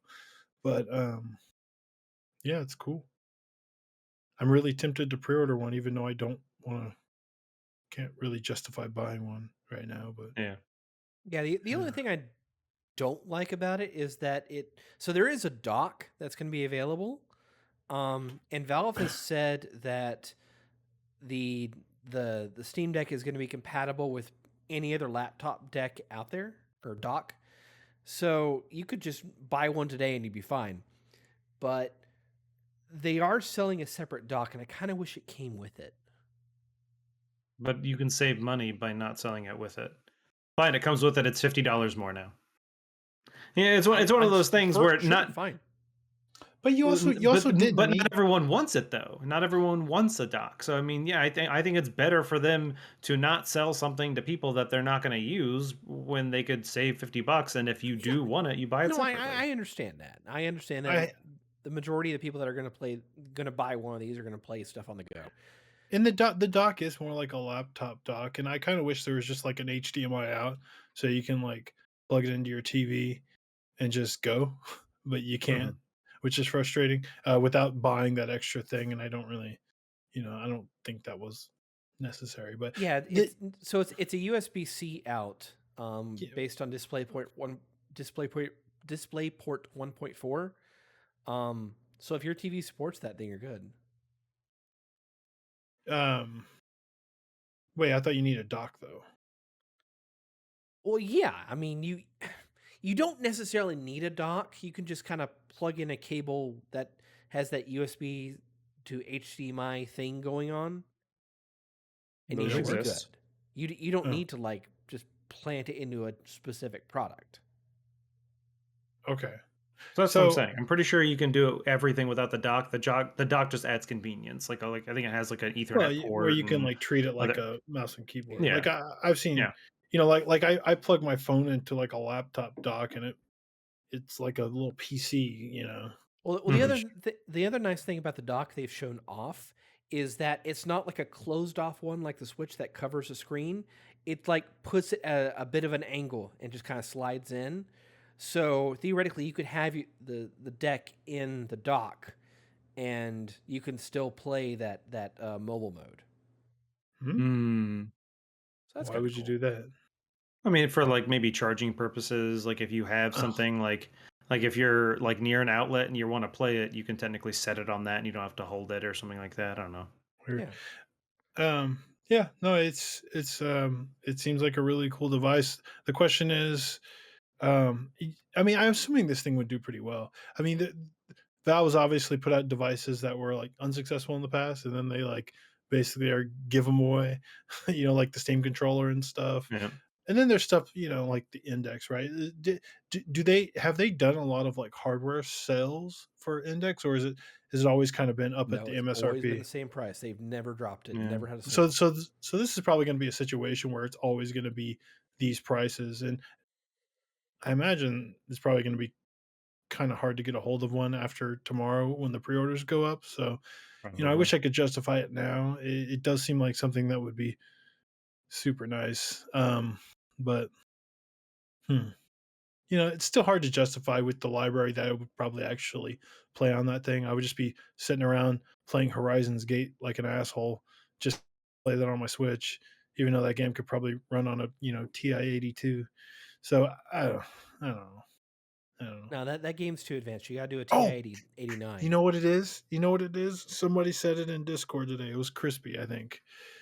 It is a way to play Final Fantasy XIV on my couch. Baby. Yeah, baby. A way to play Final Fantasy XIV on my couch is kind of like a big deal, because really one of the reasons I'm not playing that is because I need, it's on my PS5 and I got to like use the TV, and that game's bullshit anyways. No one should have to watch me play that. So well, how would you feel about playing Monster Hunter World 2 on it? What? I mean, I'll just has that on the Switch. Or I'll play that on my PS4. Are you talking about Rise? No, I'm talking about Monster Hunter World and the eventual sequel. When it comes out. I'll play that on my PS5. Oh, I see what you're saying. Like I would In theory, you could get it on PC and play it, on your computer or on the go or It probably run whatever. like shit on that thing though. But I guess even if you're not like installing like a really demanding game directly to it, it's still probably like just a really good device to do Steam streaming. Like you would on a Steam. Sure, sure. What is that other failed piece of hardware Steam that we all Link. have now? The The Steam Link. Steam box. Steam Link. Steam Link. Hey, Yeah, I got a lot of good use out of my Steam Link. no, Same here. yeah, me too. But it's funny when Valve puts out hardware that's like a failure, they just basically give it away, and this is not going to be a failure, so you're like, fuck. But Uh, all right. Well, I Yeah. think that's all the news. No one had any other news topics. it's exciting. So we can move on to some questions from our supporters on Twitch and Patreon. First question this week is from back in May from Negative Cosine. Regardless of the actual quality of Earthbound games, it has become deified to the point where it is impossible to live up to. What other games do you think are worshipped beyond what they are? Wait, this sounds like someone who doesn't like Earthbound. I think it's more so that it's you put a game on a pedestal and you hear so many good things about it, and then you play it and you're like, it's all right. Tales from the I think it's one of Borderlands. Ooh, yikes, Brad, yikes. No, that was a Bad Nick. take. That was a Nick joke. Well, Nick's not even here to defend himself, even though he wouldn't. He would just say, "Fine, I'm never gonna play it." Yeah, which is a cop out. This So a might game sound a little that doesn't live up trolly, to the hype. but Chrono Trigger, I kind of feel that way. No, I but mean, here's the thing. Anyone who's ever played Chrono Trigger is like, yeah, I get it. I see those threads all that time. Like, yeah, I finally played Chrono Trigger. God damn, y'all were right. This thing's amazing. Chrono Trigger does some really cool things, but I don't think it's like Thanks. that god tier classic RPG that everyone makes it out to. Why not? What is if it's not Chrono Trigger? Yeah, then define God tier Yeah. RPG then. I mean, I Wait, can't. You've played can't. Chrono Trigger? Well, because You've the played answer is Chrono Chrono Trigger. You've played Chrono Trigger, Chris Davis? Yes, I played all the way through until the very end, then I lost my copy. So Okay, fair I enough. didn't get to see the ending, but I got like Fair enough. So it's 99% just a of bad the take. content. Just a bad take. But I see what he's saying. I guess like the people who love Earthbound, like they're like the people with tattoos of Earthbound, right? Like they Mhm. love it, and it's what's another game like that though, right? Where it's like, So I think it's tough. I think we've answered a question similar to this before. I think I might have said like Ocarina of Time. And I think That's a it's fair it's answer. tough. It's tough when it comes to older games. Mainly just because, things were limited to the technology that was available at the time. For me, another good answer, in my opinion, would be some of the older Harvest Moon games. I kind of got into that Harvest Moon spirit based off of Stardew Valley, and when we were doing 2000 month. And I was like, oh, let me play him, and like it was so bad. Like a lot of it was quality of life stuff. I was just like, I can't believe you have to do this. It is so monotonous and so but back in the day, there wasn't another option that was better. So Yeah. when something comes out and it's the best there is, well then yeah, people are going to talk about how their fond memories of it and how great of a game it was. Natsume got into a rut for a very long time. Do you think this might be controversial, but do you think Final Fantasy XIV is too deified that someone could possibly play it and go, it doesn't live up to that hype? I think that's an interesting point because I think that kind of dovetails into what I was gonna say, in that I feel like this question doesn't make as much sense for like single player games to me, or games that don't become part of like the social zeitgeist as much. Well, Because as well. because I feel like like a good example to me would be like Fortnite Battle Royale, right? Do I think that lives up to the hype that it gets? No, it's not even like a particularly like well-tuned game or anything, But it became what it was because it's like a fucking social platform for kids, you know? It's like it's what kids were doing with each other. It like one kid would go to school and like play the game and talk about it, and then all his friends would be playing with them, and then they'd be like, you know what I mean?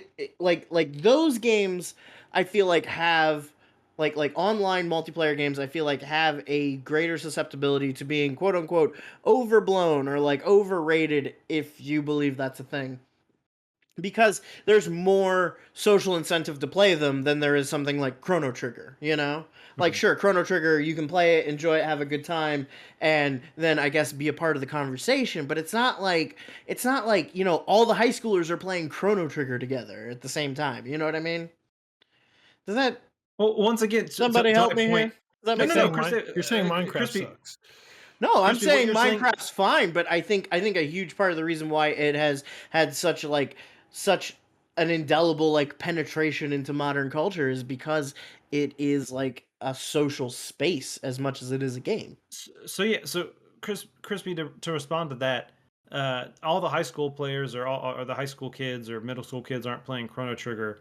They were when it came out, and they Yeah. bonded over that. And that, but that's what Yeah. I'm saying, and that's why older games will often have that, you know, deification to an extent, because Right. at the time they were the best thing that was available, Mm. and while they are still But good it's- games, But the it's thing still, is, it's Mhm. still this discrete experience that like everybody plays through and then like talks. It's like watching Game of Thrones together, you know? How about Like we might all this week be talking about this episode and next week be talking about that episode, and then the series ends and nobody ever talks about it again. But how about like GoldenEye is kind of like that sort of thing, right? yeah, I think because it had that like social aspect to it, you Yeah, know? yeah. Like where people were like having LAN parties at each other's houses and playing fucking paintball, all odd job. I don't even fucking remember the lingo for that game anymore. But I think the games that most befit this sort of question are like the social games.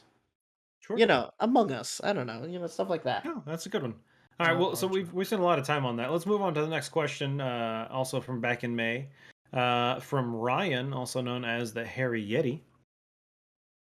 You are in a relationship with a video game character. Ooh. They've offended you greatly, and you need to end the relationship.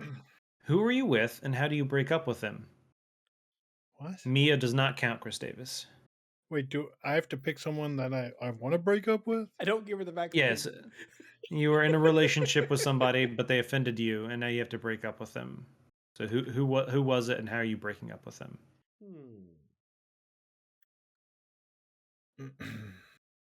Are we being super like petty? Like, can I say I was in a relationship with Bayonetta and I like cut off her hair? Oh my god. You shaved her head. That would be fucked up. That's why I said, can I be petty? Like, I wouldn't actually do that. Yeah. Sure, right? I call Ashley Williams a fucking space racist and kick her off the Normandy. How about that? Why were you dating a space racist? Yeah, Because Yeah. you only had like 2 options in Mass Effect 1. Oh, and you can't date a blue girl or anything like that, right? sounds like you're perfect Damn. for each other. Damn. You and Ashley. Damn.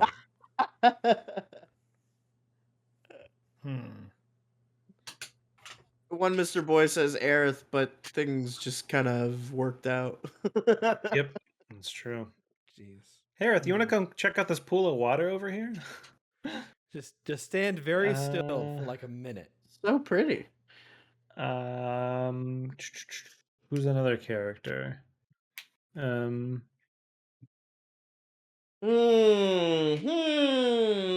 in a relationship with Solid Snake, and I break up with him over Codec. Yeah. While he's on a mission behind enemy lines. Sorry, Snake. This isn't gonna work out. I'm trying to find the spirit of the question, but I feel like Nolan's works out pretty well. So you basically you did the same thing to Raiden in Metal Gear Solid 4 then.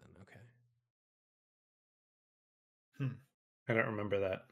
Oh shit. You know, it would be really fucked up if you were like dating a Pokemon trainer and you took all their Pokemon and just like released them into the wild. Oh, no. Oh, my life, my income.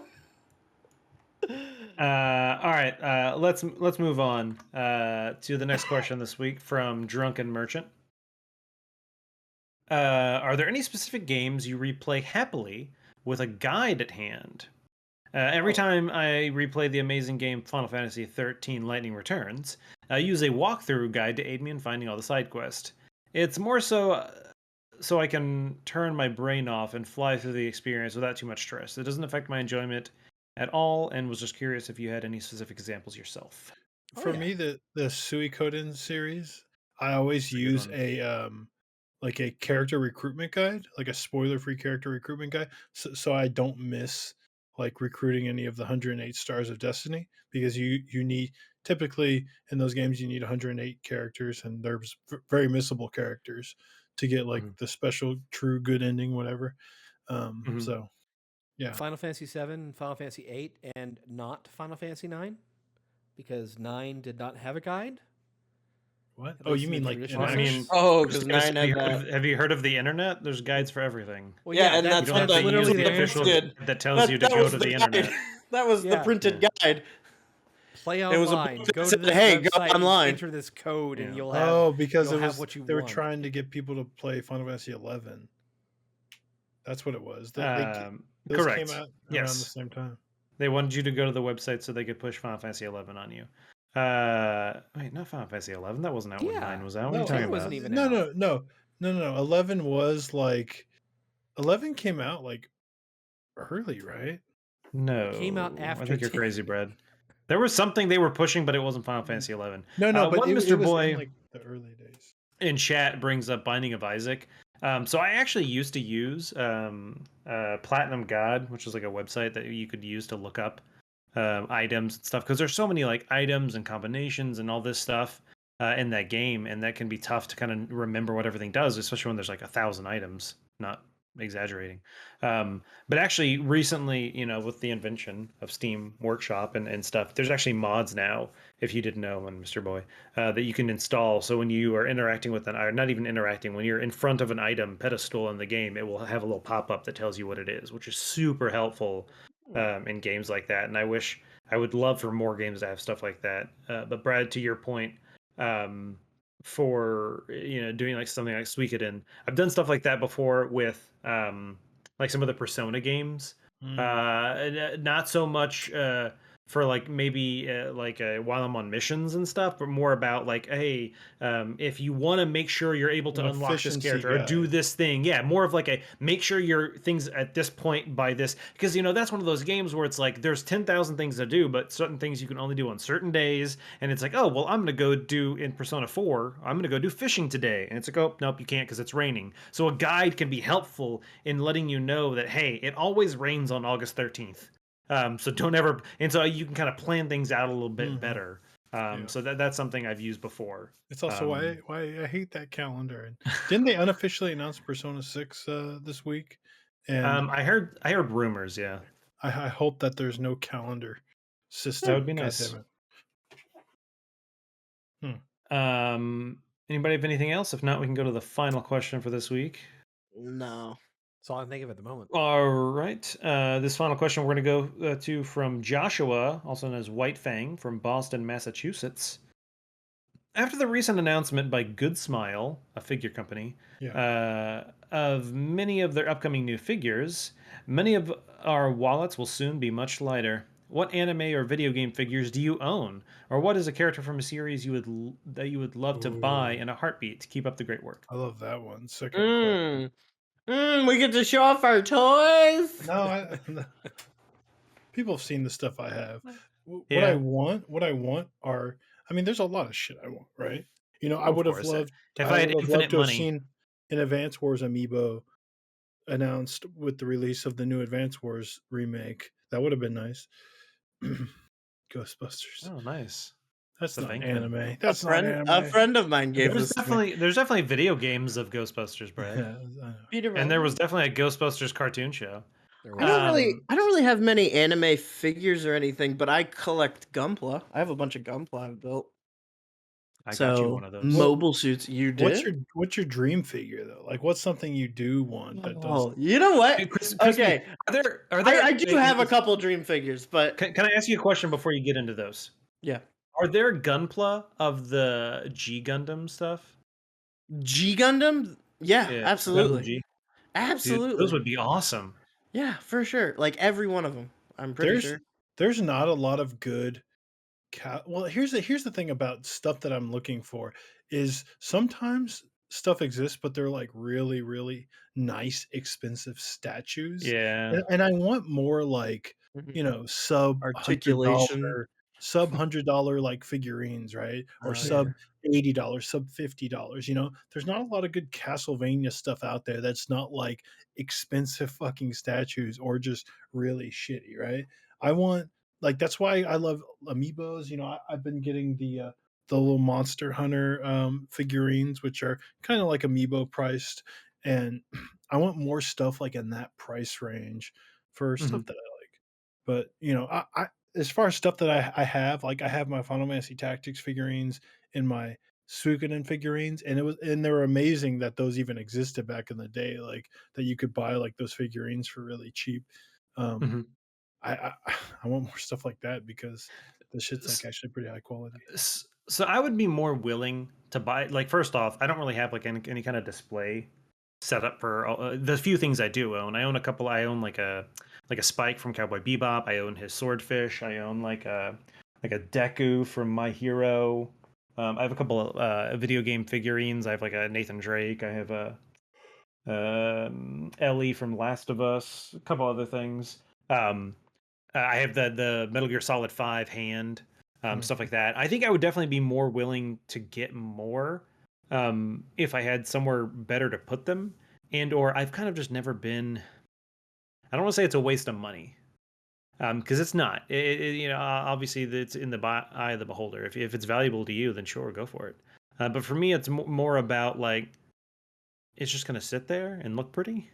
And Yeah, unless I'm sure. inviting people over a lot of the time to look at it, then like no one's seeing it. Okay, but I live in a world with a high quality Richter figurine, and I know I was saying about Castlevania stuff, but this is an example of why I want like certain characters in Smash and with amiibos, right? Because they make really cool, affordable collectibles.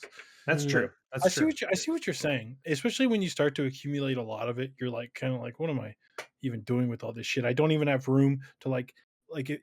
You can't see behind me, but I recently moved into this room and I have all these like figurines and nowhere to put them, and it's like, well, if I can't display them in a cool way, then why do I even have them? But Mhm. you know, You know those it happens. the Square Enix does a line called Kai Arts where they've Yeah, done Mm. like Yeah, American comic book characters. Batman like crazy that looks expensive. like an Yeah. anime character. They're really expensive. They're like 150 or something when they come out. They did one of Cyclops that I think looks like amazing that I really really want, and I missed it when it came out. And now it's like $300-400 to get one off of eBay. They do Um, really nice stuff. but they're fucking cool. Like I don't know. I kind of like all those like anime style Western character things because it's just like always way over designed and goofy, and it's just like it's just delightful. Hmm. Yeah, So I mean, I do have still mint in box. When Advent Children came out, they had like figurines for Tifa and Sephiroth and like Vincent. Oh yeah, I remember those. And I got all of them, and I still have them all mint in box. Never opened them, and they sell for like I was just looking up like a Tifa one goes on eBay right now used for 150. And And that's your I want. retirement. You know which ones I want really badly? The low poly like Final Fantasy VII figurines. Have you seen Oh those? yeah, yeah, Oh yeah. Like yeah, the yeah, Those yeah, yeah. ones, like what they look like on the map, those on are the cool. map screen, like those look fucking cool. I Yeah. want to get the set, but one I've really wanted for a very long time, and I haven't been able to find it at a reasonable price. I growing up, I was a big Robotech fan, and finding models of like that kind of mecha that aren't Gundam from that era are kind of hard to find these days. Like But if I could get like an photons and SDF1 Macross, it's like 2 feet tall. the Or something like that. fucking the That would be so fucking awesome. The fortress? Oh, That thing is the fortress. huge. That would be awesome. Dude. Well, cool. That's all the questions we have this week. Thanks to all our patrons and our supporters on Twitch for asking questions. Like we usually say, there is a thread or a link to the Google form pinned and the supporter channel on Discord at discord.gg/4player, where at any point in time, feel free to go and ask us any question you like, and eventually we will get around to answering it. But I think that's it for questions. So now it's time to move on to the 4-player minute. Yeah. Brad, do you want to kick us off tonight? Sure. I have a bunch of fuck yous. My first fuck you is to Nick for faking a back injury just so he didn't have to talk about Monster Hunter Stories, which he played, very little of. Screw him. No, I'm just kidding. Good. Feel better, Nick. My next fuck you goes to Mercury Steam. Last Friday, instead of streaming Monster Hunter Stories 2, which apparently is, honestly, not getting much action on Twitch these days, period. But I don't think anyone wanted to watch Stories 2. So I was like, fuck it. I'm going to play Lords of Shadows 2 because everyone's excited about Metroid Dread and no one is worried. Everyone's all happy days. So how about we play their last big game, Castlevania Lords of Shadows 2? Because you guys got to know, you got to learn, man. Dreams can be crushed. They happen to me and it can happen again to me. But we'll see. Lords of Shadows 2, it's fucking terrible. My God, it's so bad. I hate on Lords of Shadows 1, but some people liked that game. No one likes Lords of Shadows 2. It's like a garbage fire. I mean, I spent most of the night stealthing around as a rat, avoiding, space marines. I don't even understand what I was playing, but it certainly wasn't Castlevania. Bad looking space marines. My God. My third fuck you goes to me because I did pre-order the Nintendo Switch OLED edition today, which is funny because everyone's talking about the Steam Boy, and I'm like, too rich for my blood. I don't really have 500 or whatever to throw down on that. But I did pre-order the Switch OLED, but that's because GameStop's doing a deal where you can trade in your old one and get $200 toward the Switch OLED, which that's the most my current Switch, and it's the original launch one. That's the most it's going to be worth.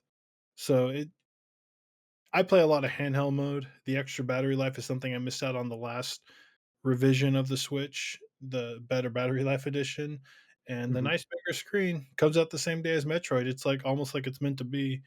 But if I even hear a whiff, and I guess that's my final fuck you goes to Nintendo for like, look, if the Switch Pro exists, just say it exists. If it doesn't exist, say it doesn't. It's irresponsible to get people excited about a new revision of the Switch and then, wait till everybody buys one of those and go, by the way, there's a Pro coming next year. Like, if it's not going to happen, just say it's not going to happen, you fucking assholes, The video game industry is way too secretive. Like, other industries are not really like this. It's so strange. I mean, maybe like certain tech industries are, but like other entertainment industries, like, like film or whatever, it's like, The as soon as candy industry. the candy industry. Yeah, Exactly. they're super secretive, actually. Oh, shut up. No, I swear to God, I listened to This American Life about it. but like, well, like with like the film industry, right? As soon as someone even has a fucking idea, like, let's maybe do this and fucking talk to this actor about it, you're already fucking hearing about it, right? In like very, very early days. But the video game industry is like the super secretive thing for some reason, and it these are expensive things that we're putting money down on, and I'd like to know, if something else is coming. So fuck you to Nintendo. Just let me know, because if I even get a whiff that a Pro might actually be a thing that's coming soon, I will just, cancel this pre-order. This pre-order was just in case. So yeah. Anyways, bunch of fuck yous. That's it for me. Krispy, you ready? Sure. My hype this week is not exactly video game related, but I am actually just super hyped for D&D. I've been playing in person again post-pandemic, and been having some really good sessions lately, both as a DM and as a player, and I'm actually going to get a chance to play again on Sunday, which is kind of rare for me, so I'm super excited about that. That's just like the biggest thing in my mind right now. My sweat is for Final Fantasy XIV because I am now done with Shadowbringers. I'm in the post patches. I've finished 5.1, which is the first patch after Shadowbringers. So I've got like 4 more before I'm current. And I thought, like, I was nervous about this moment because I thought, like, oh, it's going to be winding down and then I'm not going to have anything to do until Endwalker comes out in November. And now I'm just realizing that I have, like, too much to do. Like, there's so many things to do now. And that is a little overwhelming, but it's a good problem to have, I guess. It's fun. All my friends are doing Baja now, and I don't even know what the fuck that is, man.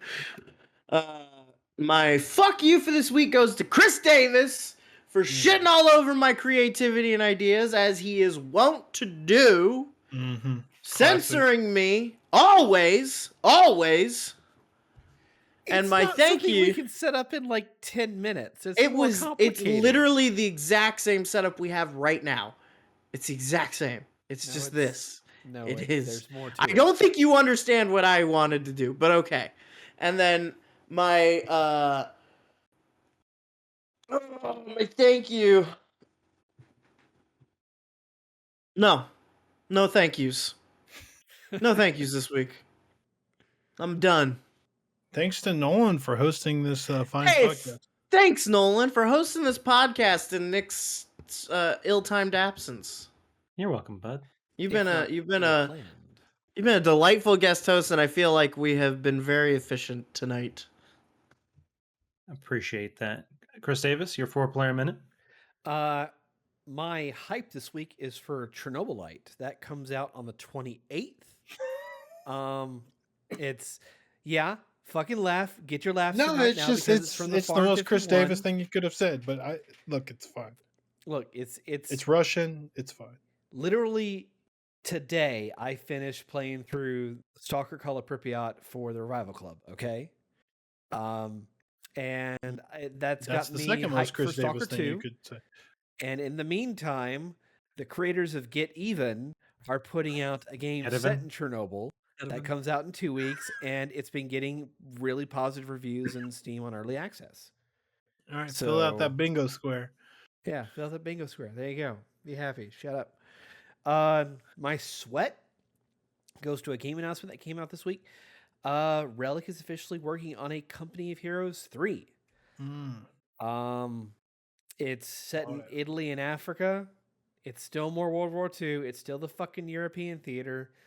I have been told there's base building, and that was my favorite aspect of Company of Heroes 1.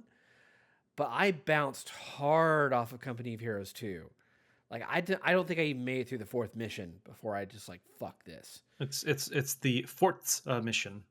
Yeah, so I don't know, man. I need to read more about this. It's why do you like the Pacific Theater so much? Because it's just something fucking different. Like there's games for that. Come on. Yeah, there's a lot of decent games for that. Think about that. Chris, for every why don't Pacific you like Theater game, there's Nazis? like 15 European theaters. Just give me something a little bit different. Why does Chris Davis not like killing Nazis? You don't want to kill the Nazis, but sometimes you just don't want to kill Nazis that day. Sometimes there are days where Chris Davis wakes up and goes, "Man, I don't want to kill any Nazis today. I'll kill Nazis tomorrow. Today, I want to do something else." Who do you want to kill today, Chris He Davis? wants to shake their hand. Apparently Japanese people. Shut the fuck up. And I have a double fuck you for Capcom. The first fuck you, so on Netflix, they recently released a 4-part animated series called Infinite Darkness. And I watched through that, and it's just bad. It's just so it's an bad. Animated movie based on the universe of Resident Evil. Yeah, and you're blaming Capcom for watching that? It is an in-between. Blame yourself, dog. It's a story set in between Resident Evil 4 and 5 about Claire and Leon. And they don't use the characters in any way, shape, or form that feels okay. The pacing is all over the place. And I don't know. It's just bad, man. Just don't even fucking watch it. I You know saved what? you a click. Don't even try. Do you know what's also bad? Literally every single thing that's ever been related to Resident Evil involving story and characters and narrative, all of it is bad. All of it. Yeah, but here's the thing. That's a 2D medium, which it's all passive. A game is interactive, so that extra level of interactivity is No, what sure, makes a the games are difference. great. The video games are great. Yeah. But my second part of my second fuck you to Capcom,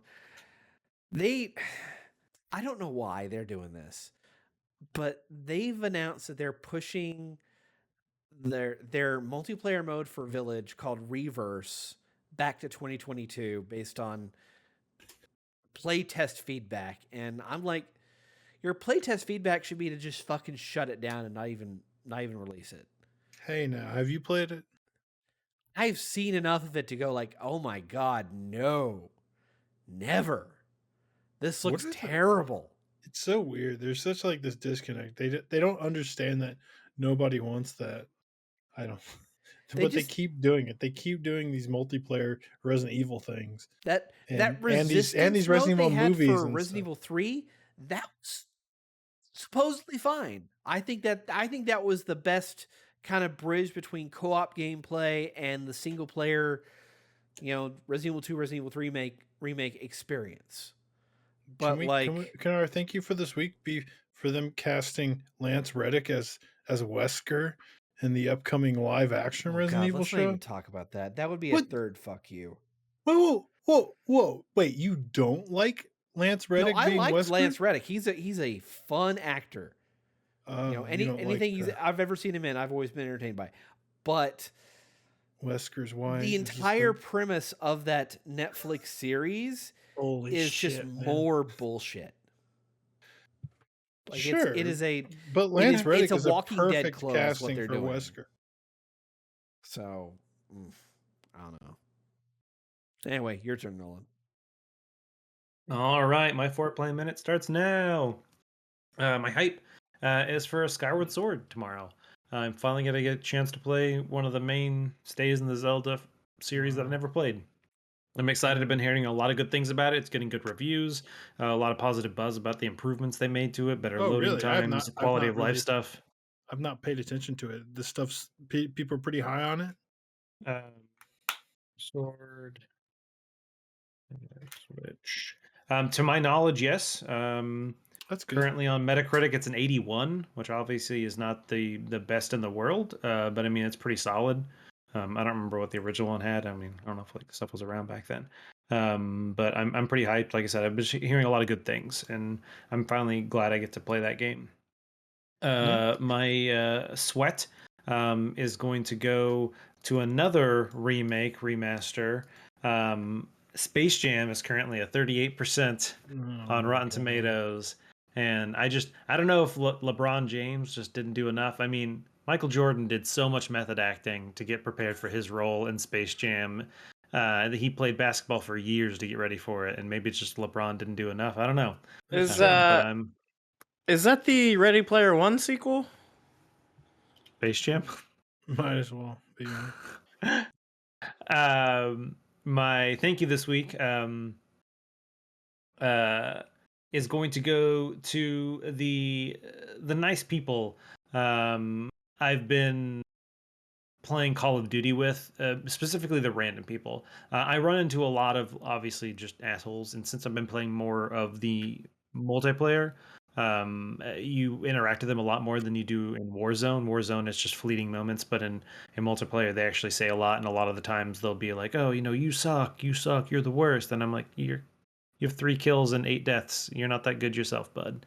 But then the other day, with like multiple times in a row, lobbies with like super nice people, just like the enemy team, just like they were talking, and I kind of asked a question while they were talking, and he's like, "Oh yeah, dude, let me help you out." Like it's like being super nice, and like we were kind of down, and and he was like, "Man, y'all gonna come back?" And I was like, "I promise we'll come back." He's like, "If you come back, I'll kiss you on the lips, bud." And I was like, "I'm trying." But it's just like super nice people, and so I wish everyone was like that. I wish everyone. I've been getting that a lot with Battlefield 4, actually. Yeah. Sure, there are some assholes out there, and there'll be the hackers every now and then, but for the most part, everyone's just enjoying themselves and having a good time. I mean, I believe y'all. There are nice people out there, but I bet if you were like, a woman, maybe they wouldn't be as nice online because it's tough out there for some people versus others. No, I agree with that, and definitely some people are I don't want to go A down lot that of people path. out there want Pacific Theater World War II games, is what I'm saying. Fucking hate you, Brad. I Yeah. fucking hate you so much. What is that all about? Why do you do this? Can we end the show? Yeah, I don't have a fuck you this week, so I'm gonna say Life's too short for fuck yous, man. Yeah. I'm thank yous, gonna according to I'm gonna Krispy. say thank instead of a fuck yous. you, I'm Life's going to too short do for- a get well soon to Nick. Hopefully his back feels better soon. I We know he's l- been having trouble with it lately. We love and so you, Nick. hopefully he feels better. So Hopefully- yeah, cool. Cool. You should hopefully and then nothing. No. Uh, I was like, hopefully. your inflection was weird. Okay, I thought you were Yeah, gonna my add on to inflection that. was weird. All right. Well, thanks everybody for tuning into the show tonight. I appreciate y'all listening. Don't forget to check out 4playernetwork.com and also our live streams at twitch.tv/4player. And if you're interested in chatting about video games or movies or board games or TVs shows or whatever, discord.gg/4player is the place to be. That's it for this week. We will catch you all next week. Probably be talking about some Skyward Sword, maybe a few other things. So don't forget to tune in. Everyone has a good night. Bye. Bye.